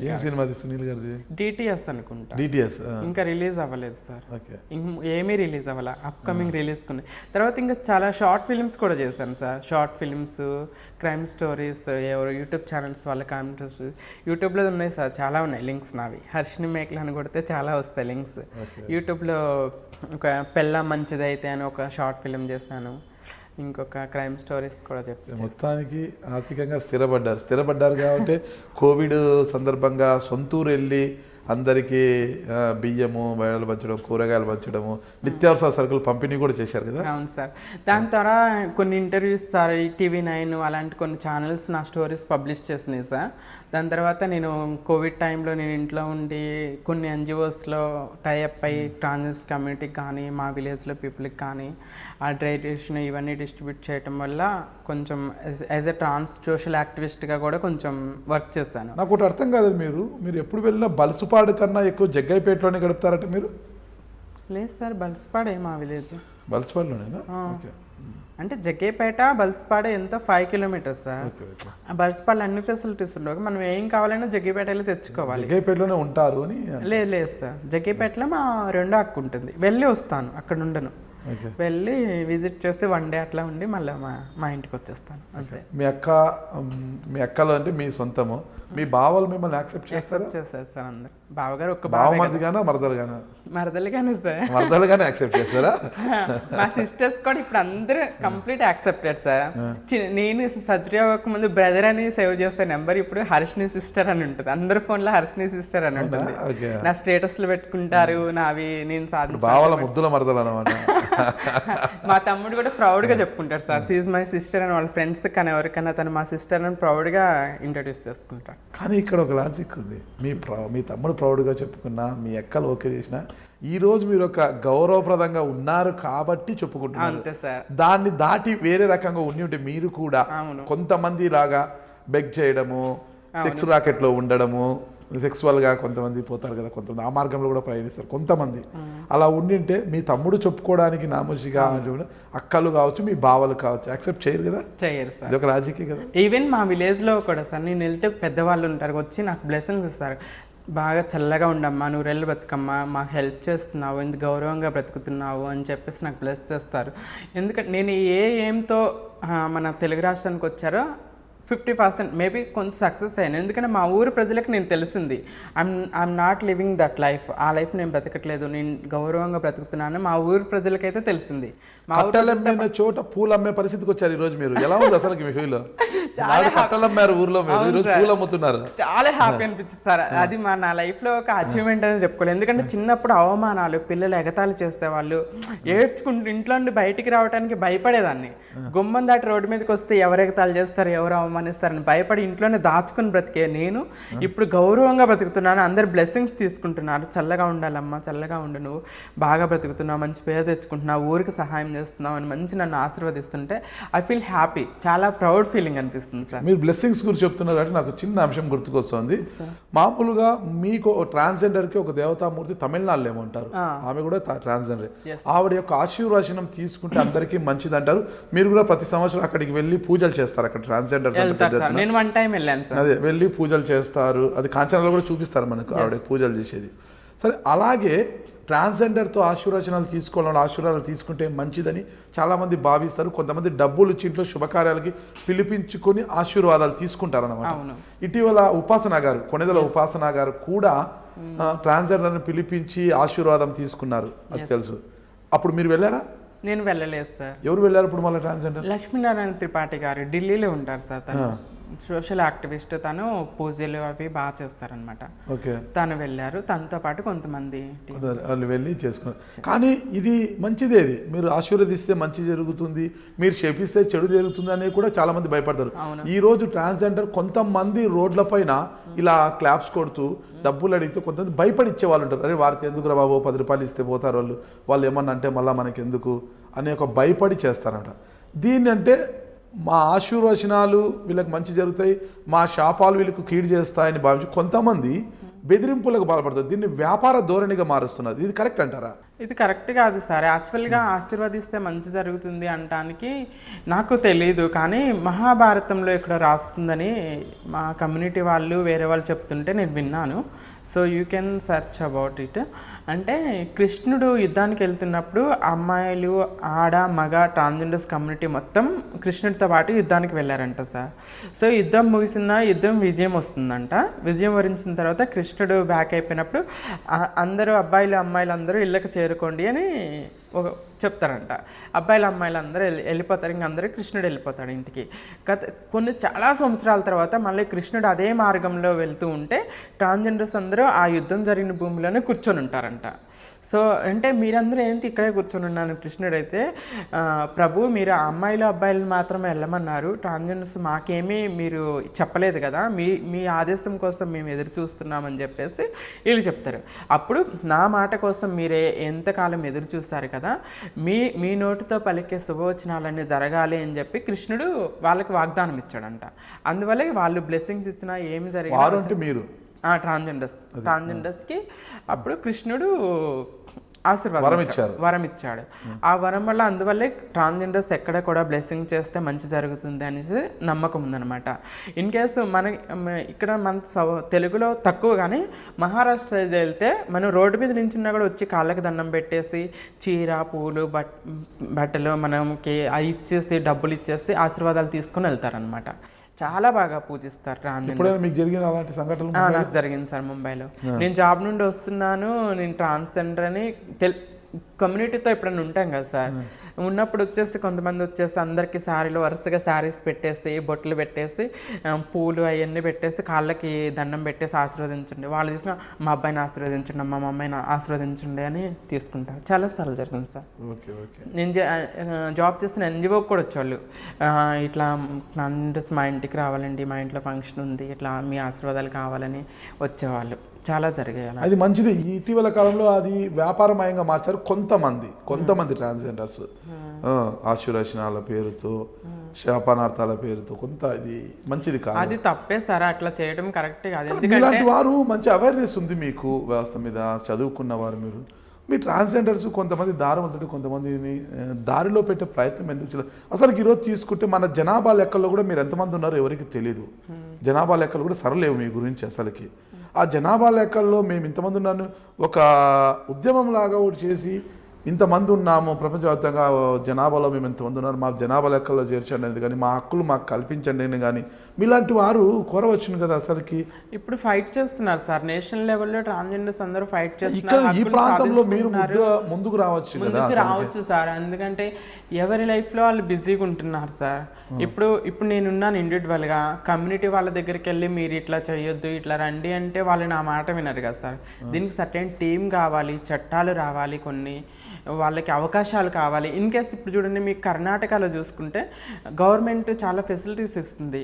ఇప్పుడు ట్రాన్స్జెండర్స్కి గవర్నమెంట్ జాబ్స్ కూడా 1% రిజర్వేషన్ కల్పించింది. అలా మన తెలుగు రాష్ట్రాల్లో కూడా కొంచెం గవర్నమెంట్ పూనుకొని కొన్ని అవకాశాలు కల్పించాలి. ఆ విధంగా ట్రాన్స్జెండర్స్ ఏంటంటే వాళ్ళ లైఫ్ స్టైల్ చేంజ్ చేసుకొని వాళ్ళు కూడా జాబ్ చేసుకుంటూ బిజినెస్లు చేసుకుంటూ గౌరవంగా బ్రతకడానికి ప్రయత్నిస్తారు. ఇన్ కేస్ తమిళనాడులో చూసుకున్నారనుకోండి ట్రాన్స్జెండర్ సర్జరీస్ కూడా గవర్నమెంట్ ఫ్రీగా చేపిస్తుంది. సర్టెన్ కొన్ని స్టేట్స్లో వాళ్ళు గవర్నమెంట్స్ వాళ్ళు ఇస్తున్న పథకాలను బట్టి వాళ్ళ లైఫ్ స్టైల్స్ చేంజ్ అవుతున్నాయి. ఇన్ కేస్ తమిళనాడులోనే మనకి పోలీసు ప్రితిక ఉంది, ఫస్ట్ నేషనల్ లెవెల్లో లాయర్స్ ఉన్నారు, పోలీసులు. ఇప్పుడిప్పుడే కదా సార్ సొసైటీ చేంజ్ అవుతుంది, ట్రాన్స్జెండర్స్ లైఫ్ కూడా మారుతుంది. అన్ని రంగాల్లో ముందుకు వస్తున్నారు. ఇప్పుడు లాయర్స్ ఉన్నారు, డాక్టర్లు ఉన్నారు, పోలీసులు ఉన్నారు, ఈవెన్ కాలేజ్ ప్రిన్సిపాల్ కూడా ఉన్నారు. సో కొంచెం టైం పడుతుంది, చేంజ్ అనేది వస్తుంది ఖచ్చితంగా. It will take time. అంతే, సమయం కోసం వెయిట్ చేయటమే సార్, సమయం కోసం. కొంతమంది ట్రాన్స్జెండర్స్ మార్చి మీలాగా గౌరవంగా బతికే వాళ్ళు ఉన్నారు. కొంతమంది సెక్సువల్ లైఫ్కి అంటే సెక్స్ రాకెట్లోకి వెళ్ళిపోతున్నారు అనమాట. అది అంత ఆరోగ్యకరం కాదు, అది మంచిది కాదు అనేది తెలుసు. అని తెలిసినా ఎందుకు వెళ్తారు? వాళ్ళ పరిస్థితి అలా వాళ్ళని నెట్టుతుందా, లేదా కావాలని వెళ్తారా, డబ్బు కోసం వెళ్తారా? అలాంటి వారికి మీరు ఎలాంటి సందేశం ఇస్తారు? వాళ్ళని మార్చే అవకాశాలు మీరు తీసుకోవచ్చు కదా? తీసుకోవచ్చు సార్ మార్చే అవకాశాలు, కానీ అంత ఈజీగా కూడా మార్చలేము సార్. అందులో ఎంత ఈజీ మనీ వస్తుందో, సుఖం కోసం వెళ్తున్నారో అలా అది రిస్కీ కూడా ఉంది సార్. నేను ముంబైలో ఎన్జిఓలో జాబ్ చేస్తున్నప్పుడు ట్రాన్స్జెండర్ సెక్స్ వర్క్కి వెళ్ళి హైవేల మీద నించొని లారీలు గుద్ది చనిపోయిన ట్రాన్స్జెండర్స్ ఎంతోమంది ఉన్నారు. మేమే మా ఎన్జిఓ తరపు నుండి వాళ్ళ దహన కార్యక్రమాలు చేసి అన్ని చేసేవాళ్ళం. లారీలు గుద్ది చనిపోయినట్టు ఇప్పుడు రౌడీలు టపోరీలు అంటారు హిందీలో, టపోరీలు వచ్చేసి కత్తులతో పొడిచి చంపేసి ఎంతోమంది ట్రాన్స్జెండర్స్ వాళ్ళ లైఫ్లో చనిపోయిన వాళ్ళు కూడా చాలామంది ఉన్నారు. ఎవరు ఇష్టపడి కూడా వెళ్ళరు మ్యాక్సిమం. నాకు తెలిసి ఎవరైతే ప్రాణాలకు తెగించి వెళ్తారు సార్, అది జీవనోపాధి బెగ్గింగ్ చేసుకోవటం ఇష్టం లేని వాళ్ళు సెక్స్ వర్క్కి వెళ్తూ ఉంటారు. అందులో ఈజీ మనీ వస్తుంది, ఎలా అంతే రిస్కీ కూడా ఉంది. ఎట్లా అంటే యాక్చువల్గా చిన్నప్పుడు జరిగే అవమానాల వల్ల ఎడ్యుకేషన్ లేక డ్రాప్ అయిన వాళ్ళు చాలామంది ఉంటారు. ఎడ్యుకేషన్ నాలెడ్జ్ లేకుండా సుఖవ్యాధులు వచ్చేసి పాజిటివ్స్ వచ్చి చనిపోయిన వాళ్ళు, ట్రాన్స్జెండర్స్ ఫ్యామిలీ యాక్సెప్టెన్స్ లేక చనిపోయిన వాళ్ళు కూడా చాలామంది ఉన్నారు సార్. వాళ్ళందరికీ మేము అప్పుడు చేసాం సార్. ఎన్జిఓస్లో జాబ్ చేస్తున్నప్పుడు వాళ్ళకి కౌన్సిలింగ్ చేయటము, వాళ్ళ లైఫ్ చేంజ్ చేయడానికి కొన్ని ఎన్జిఓస్ ద్వారా క్యాండిల్ మేకింగ్, అగరబత్తి మేకింగ్ అలాంటి ట్రైనింగ్స్ ఇచ్చి అవి పెట్టుకోవడానికి సహాయం చేయటం కూడా చేస్తాం. కొంతమందికి ఏంటంటే వాటి మీద ఇంట్రెస్ట్ ఉండి చేసే వాళ్ళు చేస్తారు. దానికి ఏమవుతుందంటే కొంచెం అడిక్ట్ అయిపోతున్నారు. అలవాటు అయిపోతుంది. ఏముంది వెళ్తాము, ఒక 2000-1500 వస్తాయి, ఈజీగా వస్తుంది మనీ అనేసి కొంచెం అలవాటు. కొంతమంది తప్పని పరిస్థితుల్లో కొంతమంది వెళ్తారు. గురువులు సర్జరీ చేపిస్తారు, కొంతమంది గురువులు ఉంటారు కమ్యూనిటీ వాళ్ళకి. సర్జరీ చేపించినప్పుడు వాళ్ళకి మనీ బ్యాక్ చేయాలి. సర్జరీ చేసిన దానికి వాళ్ళు ఊరుకోరు మనీ బ్యాక్ చేయకపోతే. ఇంకా మా గురువుకి మనీ ఇవ్వాలి, నేను ఖచ్చితంగా నేను వెళ్ళాల్సిందే అని తప్పక పడుపు వృత్తిలోకి వెళ్ళే వాళ్ళు కొంతమంది ఉంటారు సార్. అలాంటివన్నీ ఇప్పుడు మీరు ట్రాన్స్జెండర్, కొంతమంది ట్రాన్స్జెండర్ ఇలా చేస్తున్నారు, వారి వల్ల మీ యొక్క సమూహానికి కావచ్చు, మీ కమ్యూనిటీకి కావచ్చు చెడ్డ పేరు వస్తుంది అన్నప్పుడు మీరు ఎలా ఫీల్ అవుతారు అసలుకి? నేను ఫీల్ అవుతాను సార్. యాక్చువల్గా ఆల్రెడీ మనం ఇందాక డిస్కస్ చేస్తాం, అన్ని రంగాల్లో చెడ్డవాళ్ళు ఉన్నారు, కానీ సొసైటీ థింకింగ్ అనేది చేంజ్ అవ్వాలి. 100 మంది ట్రాన్స్జెండర్స్ ఉంటే ఒక 10 మంది ట్రాన్స్జెండర్స్ తప్పు చేస్తే మొత్తాన్ని అదే లెక్కలు జనాభాలో 3వ రకమైన ఒక ట్రాన్స్జెండర్స్ మీరు చాలా తక్కువ ఉన్నారు. ఈ ప్రపంచ జనాభాలో చాలా తక్కువ, అరుదు, చాలా తక్కువ అంటే తక్కువ ఉంటారు అనమాట. అది కూడా లెక్కలు లేదు, ఎంతమంది ఉన్నారని సరైన లెక్కలు లేవు. ఓకేనా? అలాంటి దాంట్లోనే ఇలాంటి ఒక విమర్శలు, వివక్ష, అవహేళన ఇవన్నీ వస్తుంటాయి అన్నమాట. ఎలా అసలు? అంతేగా సార్. ఇన్ కేస్ ట్రాన్స్జెండర్ అని తెలిస్తే ఇల్లు ఇవ్వటానికి కూడా నిరాకరిస్తున్నారు చాలామంది. కొంతమంది ఇస్తారు, కొంతమంది నిరాకరిస్తారు. ఈ సిచ్యువేషన్ ఎందుకంటే చెప్పాను కదా, అందరూ ట్రాన్స్జెండర్స్ తప్పుడు కాదు, అందరూ కరెక్ట్ కాదు. ఎవరో ఒకళ్ళిద్దరు ట్రాన్స్జెండర్స్ తప్పు చేసి తప్పట్లు కొట్టడము, బట్టలు చూపించడము, ఇట్లాంటివి చేయటం వల్ల ఏంటంటే మిగతా అందరూ ఇలానేమో అనేసి ఒక అపోహతో సొసైటీ థింకింగ్ అనేది ఉంది. ఫస్ట్ ఆ థింకింగ్ చేంజ్ అవ్వాలి. First of all parents thinking change అవ్వాలి. ప్రతి ట్రాన్స్జెండర్స్ కన్నా తల్లిదండ్రులు కూడా వాళ్ళ పిల్లలకి ఎడ్యుకేషన్ ఇవ్వాలి. ఇక్కడ లోపం ఎక్కడ జరుగుతుందంటే, ఒక అమ్మాయికి అబ్బాయికి ఏంటి ఎడ్యుకేషన్ ఇస్తున్నారు, పెళ్లి చేస్తున్నారు, జాబ్స్ వస్తున్నాయి, గౌరవంగా బతుకున్నాయి. ట్రాన్స్జెండర్ అని తెలియగానే ఏం చేస్తున్నారంటే పేరెంట్స్ వాళ్ళ పరువు పోతుందని చెప్పేసి ఇంట్లోండి గెంటేస్తున్నారు, లేకపోతే కొడుతున్నారు, అబ్బాయిలాగా ఉండని హింసిస్తున్నారు. మా దగ్గరకు వచ్చిన ట్రాన్స్జెండర్స్ ముంబై కమ్యూనిటీలోకి వచ్చిన వాళ్ళు చాలామంది ఒక్కొక్కళ్ళ జీవితాలు ఒక్కొక్క భయంకరంగా ఉంటాయి. తండ్రి కొట్టేసి వాతలు పెట్టేసి భయంకరమైన హింసించడం, మెడబట్టుకొని ఇంట్లో ఉండి నువ్వు మా పరువు పోతుందని ఇంట్లో ఉండి గెంటేయడం, అలాంటివి చేయటం వల్ల ఏమవుతుంది, మీరు కన్నా బిడ్డ ఒక సెక్స్ వర్కర్గానో బెగ్గరగానో మారుతున్నారు. అదే తల్లిదండ్రి ఎడ్యుకేషన్ ఇచ్చేసి మంచి జాబ్ చేసుకుని గౌరవంగా బతుకుతారు కదా బిడ్డ. సో సొసైటీలో కూడా చేంజ్ రావాలి, ట్రాన్స్జెండర్స్లో కూడా చేంజ్ రావాలి. సొసైటీలో చేంజ్ వస్తే ఆటోమేటిక్గా ట్రాన్స్జెండర్స్ లైఫ్ కూడా మారుతుంది. ఒక ట్రాన్స్జెండర్స్ని కన్నా తల్లిదండ్రి ఏం చేయాలి, ఎడ్యుకేషన్ ఇస్తే జాబ్ వస్తుంది, గౌరవంగా బతకగలరు. అప్పుడు బెగ్గింగ్, సెక్స్ వర్క్ చేసుకోవాల్సిన అవసరం ఉండదు ఆ ట్రాన్స్జెండర్స్ కమ్యూనిటీకి. ఆ థింకింగ్, సొసైటీలోని థింకింగ్ మారాలి. ఎందుకంటే అందరూ అలా కాదు, అందరినీ అలా చూడకూడదు. అంటే ఇంకోటి ఏంటంటే వాళ్ళ తల్లిదండ్రుల ప్రేమకి కానీ ఎటువంటి ప్రేమకి లేకుండా అవమానాలు, అవహేళనలకి భరిస్తూ కూడా ఒక డిప్రెషన్కి లోనై కూడా ఎవరైనా గొడవకు వచ్చినప్పుడు అలా బిహేవ్ చేయటం కూడా జరుగుతుంది. సో మనం కౌన్సిలింగ్లు కొన్ని ఇచ్చేసి ట్రాన్స్జెండర్స్ లైఫ్ని మార్చాలి. కొన్ని పాలసీస్, చట్టాలు తీసుకొచ్చేసి వాళ్ళకి కూడా గౌరవంగా బ్రతికే అవకాశాలు కల్పించాలి.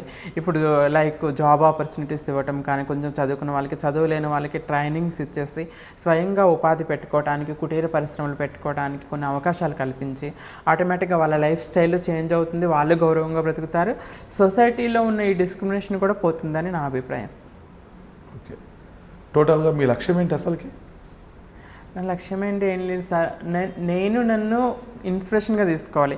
As a transgenders can do anything. As a transgender లెక్చరర్గా జాబ్ చేస్తాను, మోడల్గా చేస్తాను, ఎంఎన్సీలో హెచ్ఆర్గా చేస్తాను, ఆర్టిస్ట్గా కూడా నేను ముందుకెళ్తున్నాను. ఏం చేస్తున్నారు మీరు? నేను ఆర్టిస్ట్గా చేస్తున్నాను సార్, మూవీస్లో, సీరియల్స్లో చేస్తున్నాను. సరిపోతుందా వచ్చే ఆదాయము? సరిపోతుంది. మీ మేకప్లకి, సరిపోతుంది, జీవనానికి సరిపోతుంది సార్. అంతుందా? అంత ఫ్యూచర్లో కొంచెం ఆదర్శంగా ఉండాలి. నన్ను చూసి కొంతమంది ట్రాన్స్జెండర్స్ వాళ్ళ లైఫ్ స్టైల్ చేంజ్ చేసుకున్నా కూడా దానికి మించిన హ్యాపీనెస్ ఏముంటుంది సార్. కొంతమందికి ఆదర్శంగా నేను ఉండాలి. నేను ఏ రంగంలో ఉన్నా ఆ రంగంలో నాకు సక్సెస్ రావాలని కోరుకుంటున్నాను. మంచి ఆర్టిస్ట్గా మంచి కెరీర్ రావాలని కోరుకుంటున్నాను సార్. అంజలి అమీర్ అనేసి ట్రాన్స్జెండర్ సార్. తను కేరళలో మమ్ముట్టి గారితో హీరోయిన్గా మూవీ చేశారు సార్. మమ్ముట్టి గారు అంటే మనకి ఇక్కడ చిరంజీవి గారు ఎలాగా అక్కడ కేరళలో అట్లా ఆయన మమ్ముట్టి గారితో చేశారు. అట్లా నాకు మంచి హీరోస్తో అవకాశాలు రావాలి, మంచి మూవీస్లో యాక్ట్ చేసి పేరు తెచ్చుకోవాలని కోరుకుంటున్నాను సార్. Okay okay. ఇప్పుడు మీ ఊర్లో మిమ్మల్ని చాలామంది హేళన చేశారు. ఇప్పుడు చూసి అందరూ కూడా హర్షిని మా అమ్మాయి, నాటి రాజు నేటి హర్షిని మా అమ్మాయి అని గొప్పగా పొగిడే పరిస్థితి తీసుకొచ్చారు. ఇప్పుడు ఆ ఊరి కోసం మీరు ఏమైనా చేయాలనుకుంటున్నారా? డెఫినెట్గా సార్, శ్రీమంతుడి లాగా. డెఫినెట్గా సార్. ఫస్ట్ ఆఫ్ ఆల్ నేను సక్సెస్ అవ్వాలి. సక్సెస్ అయినాక ఒక మా ఊరి కోసమనే కదా సార్, మా ఊరు లాంటి పల్లెటూర్లు చాలా ఉన్నాయి కదా, అన్ని పల్లెటూర్లే పచ్చని పల్లెటూర్లు అన్నిటికీ.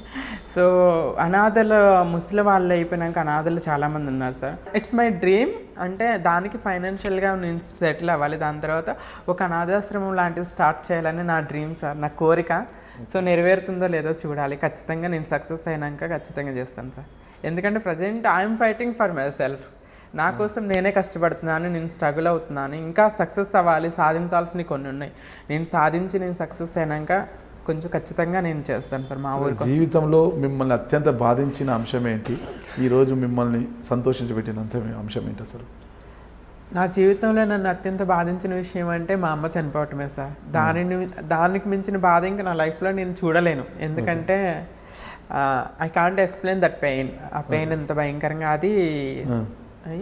ఇప్పుడు నేను ఎక్కడైతే అవమానాలు పొందానో అక్కడే నన్ను ఇప్పుడు గౌరవించటం, నాకు సపోర్ట్ చేయటము. సో ఇప్పుడు ఒకరోజు ఎక్కడికో ఏదో షూట్కి వెళ్ళాను సార్.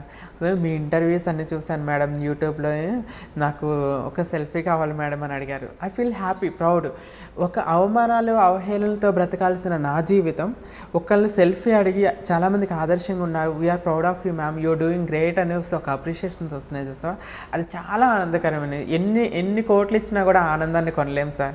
ఎక్కడో చా ఈ కొజ్జ ట్రాన్స్జెండర్ అని చెదిరించుకునే సొసైటీలో మేము ప్రౌడ్ ఆఫ్ యూ, నాకు సెల్ఫీ కావాలని నన్ను హక్ చేసుకొని గౌరవంగా మాట్లాడటం, ఇప్పుడు వస్తున్న గౌరవం దీనికి మించిన ఆనందం లేదు సార్. ఇంకా మీ కమ్యూనిటీకి చెందిన తమన్నా సింహాద్రి పరిచయమే సార్. ఫ్రెండే సార్. మరి Tamannaah Simhadri I think Bigg Boss 3 అనుకుంటా. Yes sir. తను వెళ్ళారు అక్కడ. మరి బిగ్ బాస్ 5 కూడా ప్రియాంక సింగ్ వెళ్ళారు సార్. ప్రియాంక సింగ్ కదా ఆ అమ్మాయి. అదే ఆ ఎపిసోడ్ లేదో అఫైర్ కూడా ఒకటి కనిపిస్తుంది. ప్రియాంక సింగ్ మానస్ వెనకాల ట్రాన్స్జెండర్. మరి మీకు అవకాశం రాలేదా? అవకాశం హోప్ సార్ వస్తుందని. వస్తే ఖచ్చితంగా వెళ్తాను సార్. ఖచ్చితంగా వెళ్తారా? వెళ్తాను సార్. కప్ కొట్టాలని ఆశ ఉందా? దొరికింది అమ్మాయిలు ప్లాట్ఫామ్ కదా సార్ మన. ఇప్పుడు తెలుగు 2 రాష్ట్రాల్లో, తెలుగు అసలు నేషనల్ లెవెల్ అన్ని లాంగ్వేజెస్లో వస్తుంది అనుకోండి. మన ఛానల్స్లో వస్తున్న ప్రోగ్రామ్స్లో ఇట్స్ టాప్ రేటింగ్లో ఉంది. దాని నుండి ఒక మెసేజ్ ఇచ్చిన, నేను ఒక ట్రాన్స్ అయినా కూడా ఇంత అచీవ్ చేస్తాను, ఇంత గౌరవంగా బ్రతుకుతున్నానని నేను బిగ్ బాస్లోకి వెళ్ళి సొసైటీకి ఒక మెసేజ్ ఇవ్వచ్చు. నేను కూడా ఏదో దాని ద్వారా నాకు కూడా స్వార్థం అనేది ఖచ్చితంగా ఉంటుంది సార్. దాని తర్వాత అవకాశాలు అనేవి ఖచ్చితంగా వస్తాయి. బిగ్ బాస్లోకి వెళ్తే ఫేమస్ అవుతాము, కాంటాక్ట్స్ పెరుగుతాయి, జనాలు ఐడెంటిఫై చేస్తారు. నాకు అవకాశాలు వస్తే అట్ ఏ టైం నేను కూడా సొసైటీకి ఒక మెసేజ్ ఇవ్వగలను కదా. సో వాళ్ళు పిలిస్తే మాత్రం ఖచ్చితంగా వెళ్తాను సార్. నెక్స్ట్ అవకాశాల కోసం ఏమైనా చూస్తున్నారా? No sir. 2018 ఎన్నికల్లో కూడా తమన్నా ఎమ్మెల్యేగా పోటీ చేశారు. నేను మీకు అలాంటి ఆలోచనలు ఇంట్రెస్ట్ లేదు సార్. నాకు రాజకీయాలు లేదు సార్, అస్సలు నాట్ ఎట్ ఆల్. ఓకే, ఖచ్చితంగా మీరు ఏం చెప్పదలుచుకున్నారు ఈ సొసైటీకి? అదే సార్, మమ్మల్నిగా గుర్తించండి, బ్రతకనివ్వండి. ఇన్ కేస్ మీరు సపోర్ట్ చేయకపోయినా పర్లేదు, కానీ చేయకపోయినా కూడా మేమేదో సాధించాలి, ఏదో గౌరవంగా బ్రతకాలని ప్రయత్నిస్తున్నప్పుడు ఆ ప్రయత్నానికి సపోర్ట్ చేయకపోయినా పర్లేదు, కానీ కిందకైతే లాగదు. ఎందుకంటే ఐ హ్యావ్ ఫేస్డ్ ప్రాబ్లమ్స్. నన్ను తల్లిదండ్రులు కూడా మీ ట్రాన్స్జెండర్స్ బిడ్డని లైక్ మా మదర్, మా అమ్మ ఎలాగో ఆదరించి నాకు ఎడ్యుకేషన్ ఇచ్చి మంచి లైఫ్ ఇచ్చిందో, మీ బిడ్డలకి మంచి లైఫ్ ఇవ్వండి. మీ ట్రాన్స్జెండర్స్ కన్నా తల్లిదండ్రులకి కూడా మీ బిడ్డలకి మంచి లైఫ్ ఇవ్వండి.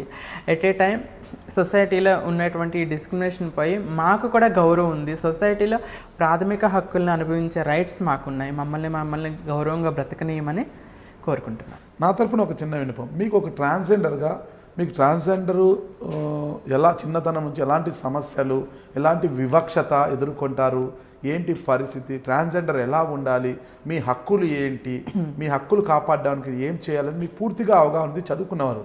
మీలాంటి వారు మీ సమస్యలపైన మీకేం చేస్తే బాగుంటుందని ఒక బుక్ రాయొచ్చు కదా. రాయొచ్చు సార్, ఆ, తప్పకుండా. ఎవరిదైనా ఒక మంచి ఆథర్ యొక్క సలహాలు సూచనలు తీసుకొని అతని ద్వారా ఒక మంచి పుస్తకం రాయించి అంటే publish రాస్తున్నారు చేస్తే సార్. బాగుంటది కదా. అట్లా అందరిది గురించి కాదు కానీ నా లైఫ్ జర్నీ ఒక ట్రాన్స్జెండర్ మీ లైఫ్ జర్నీనే రాయొచ్చు మీరు. ఆల్రెడీ రాస్తున్నారు ఏంటి? సార్, రాస్తున్నారు సార్. డాక్టర్ కత్తిమండ ప్రతాప్ గారు అనేసి ఫేమస్ రైటర్ తను. అర్ధనారి అనే ఒక బుక్ నా దగ్గర లింక్ కూడా ఉంది, రాస్తున్నారు. అంది ప్రాసెస్ లో ఉంది సార్, నా లైఫ్ జర్నీ రాస్తున్నారు. ఓకే. సో దీని తర్వాత సార్కి చెప్పేసి దానికి ట్రాన్స్జెండర్స్ ఎదుర్కొంటున్న ప్రాబ్లమ్స్, వాటికి పరిష్కారాలు, సొసైటీలో డిస్క్రిమినేషన్ పోవాలి, అందరికి మెసేజ్ ఇవ్వాలి, దాని గురించి కూడా ఒక బుక్ రాయమని రిక్వెస్ట్ చేస్తాను సార్. ఓకే, మీరు చెప్పింది చాలా బాగుంది, మంచి ఐడియా. రాస్తే బాగుంటుంది. నా లైఫ్ జర్నీ అయితే బుక్ వస్తుంది. మీ లైఫ్ జర్నీతో పాటు సమస్యలు, పరిష్కారాలు ఏంటి, అసలు ఈ సమాజం ఎలా చూస్తుంది, సమాజంలో మీకు గుర్తింపు రావాలంటే ఏం చేయాలి, ఈ ప్రభుత్వాలు ఏం చేయాలనే దాని మీద మీరు రాస్తే అది పేరు నిలబడిపోతుంది. డెఫినెట్ గా. ఫైనల్గా ఉంటారండి, ఎవరైనా చక్కగా ఉన్నారు, అమ్మాయిలాగా ఉన్నారు, మీ అందాన్ని చూసి మిమ్మల్ని ప్రపోజ్ చేసి పెళ్లి చేసుకోవడానికి ముందుకు వస్తే చేసుకోవడానికి సిద్ధంగా ఉన్నారా? అంటే ఒక్కసారి దెబ్బతిన్నాను కదా సార్ లైఫ్లో, అంటే ఐ హ్యావ్ టు ట్రస్ట్ అతన్ని, ఖచ్చితంగా అతని మీద నాకు నమ్మకం కలగాలి. ఎందుకంటే మళ్ళీ పెళ్లి చేసుకున్న తర్వాత పిల్లలు లేరు, మా అమ్మ నాన్న వద్దంటుంది అని మధ్యలో వదిలేసే ఆ టైప్ పర్సన్ అయితే నేను చూస్ చేసుకోలేను సార్.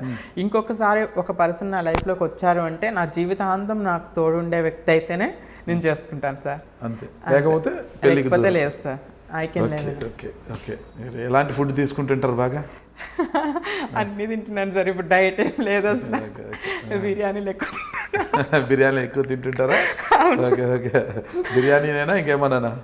ఇంకేం లేదు సార్, బిర్యానీలే. ఓకే, బాగా తింటాను, ఫుడ్ బాగా తింటున్నాను సార్, అందుకే కొంచెం లావ్ అయ్యాను. ఇప్పుడు డైట్ చేయాలి సార్. బీర్లు, విస్కీలు, నో సార్, నాకు కూడా స్మెల్ పడుస్తారు మీలాగే. అయ్యో, నాలాగేం లేదండి, నన్ను కలవబాకండి, నేనేదో అలా పోతుంటాను, నన్ను కలవద్దండి. కానీ అలాగే ఓకేనండి. ఓకే. ఇకపోతే ఓన్లీ చర్చికే వెళ్తారా, హిందూ దేవాలయాలకు కూడా వెళ్తుంటారా? వెళ్తుంటాను సార్, హిందూ దేవాలయాలకు కూడా వెళ్తుంటాను. First I believe Jesus, prayer చిన్నప్పుడు. ఒకవేళ మిమ్మల్ని మ్యారేజ్ చేసుకోవాలని ముందుకు వచ్చే వ్యక్తి హిందూ అయితే చేసుకుంటారా, వాళ్ళు క్రిస్టియన్ అనుకుంటారా? లేదు సార్, చేసుకుంటాను. I will accept. ఎవరు వచ్చినా మీరు మ్యారేజ్ చేసుకొని సిద్ధం. ఓకేనండి, ఖచ్చితంగా త్వరలోనే మీ మనసుకు నచ్చిన వ్యక్తి మీ ముందుకు వచ్చి మీకు ఒక మంచి జీవితాన్ని ఇవ్వాలని, ఈ సమాజంలో మీరు ఇంకా గౌరవప్రదమైన జీవితాన్ని గడపాలని, ఒక ఆర్టిస్ట్గా మీకు మీరు కోరిన మంచి అవకాశాలు రావాలని నేను కావచ్చు, మా డ్రీమ్ మీడియా యాజమాన్యం కావచ్చు కోరుకుంటాం. థ్యాంక్ యూ వర్షిణి గారు. Thank you so much, thank you so much అండి.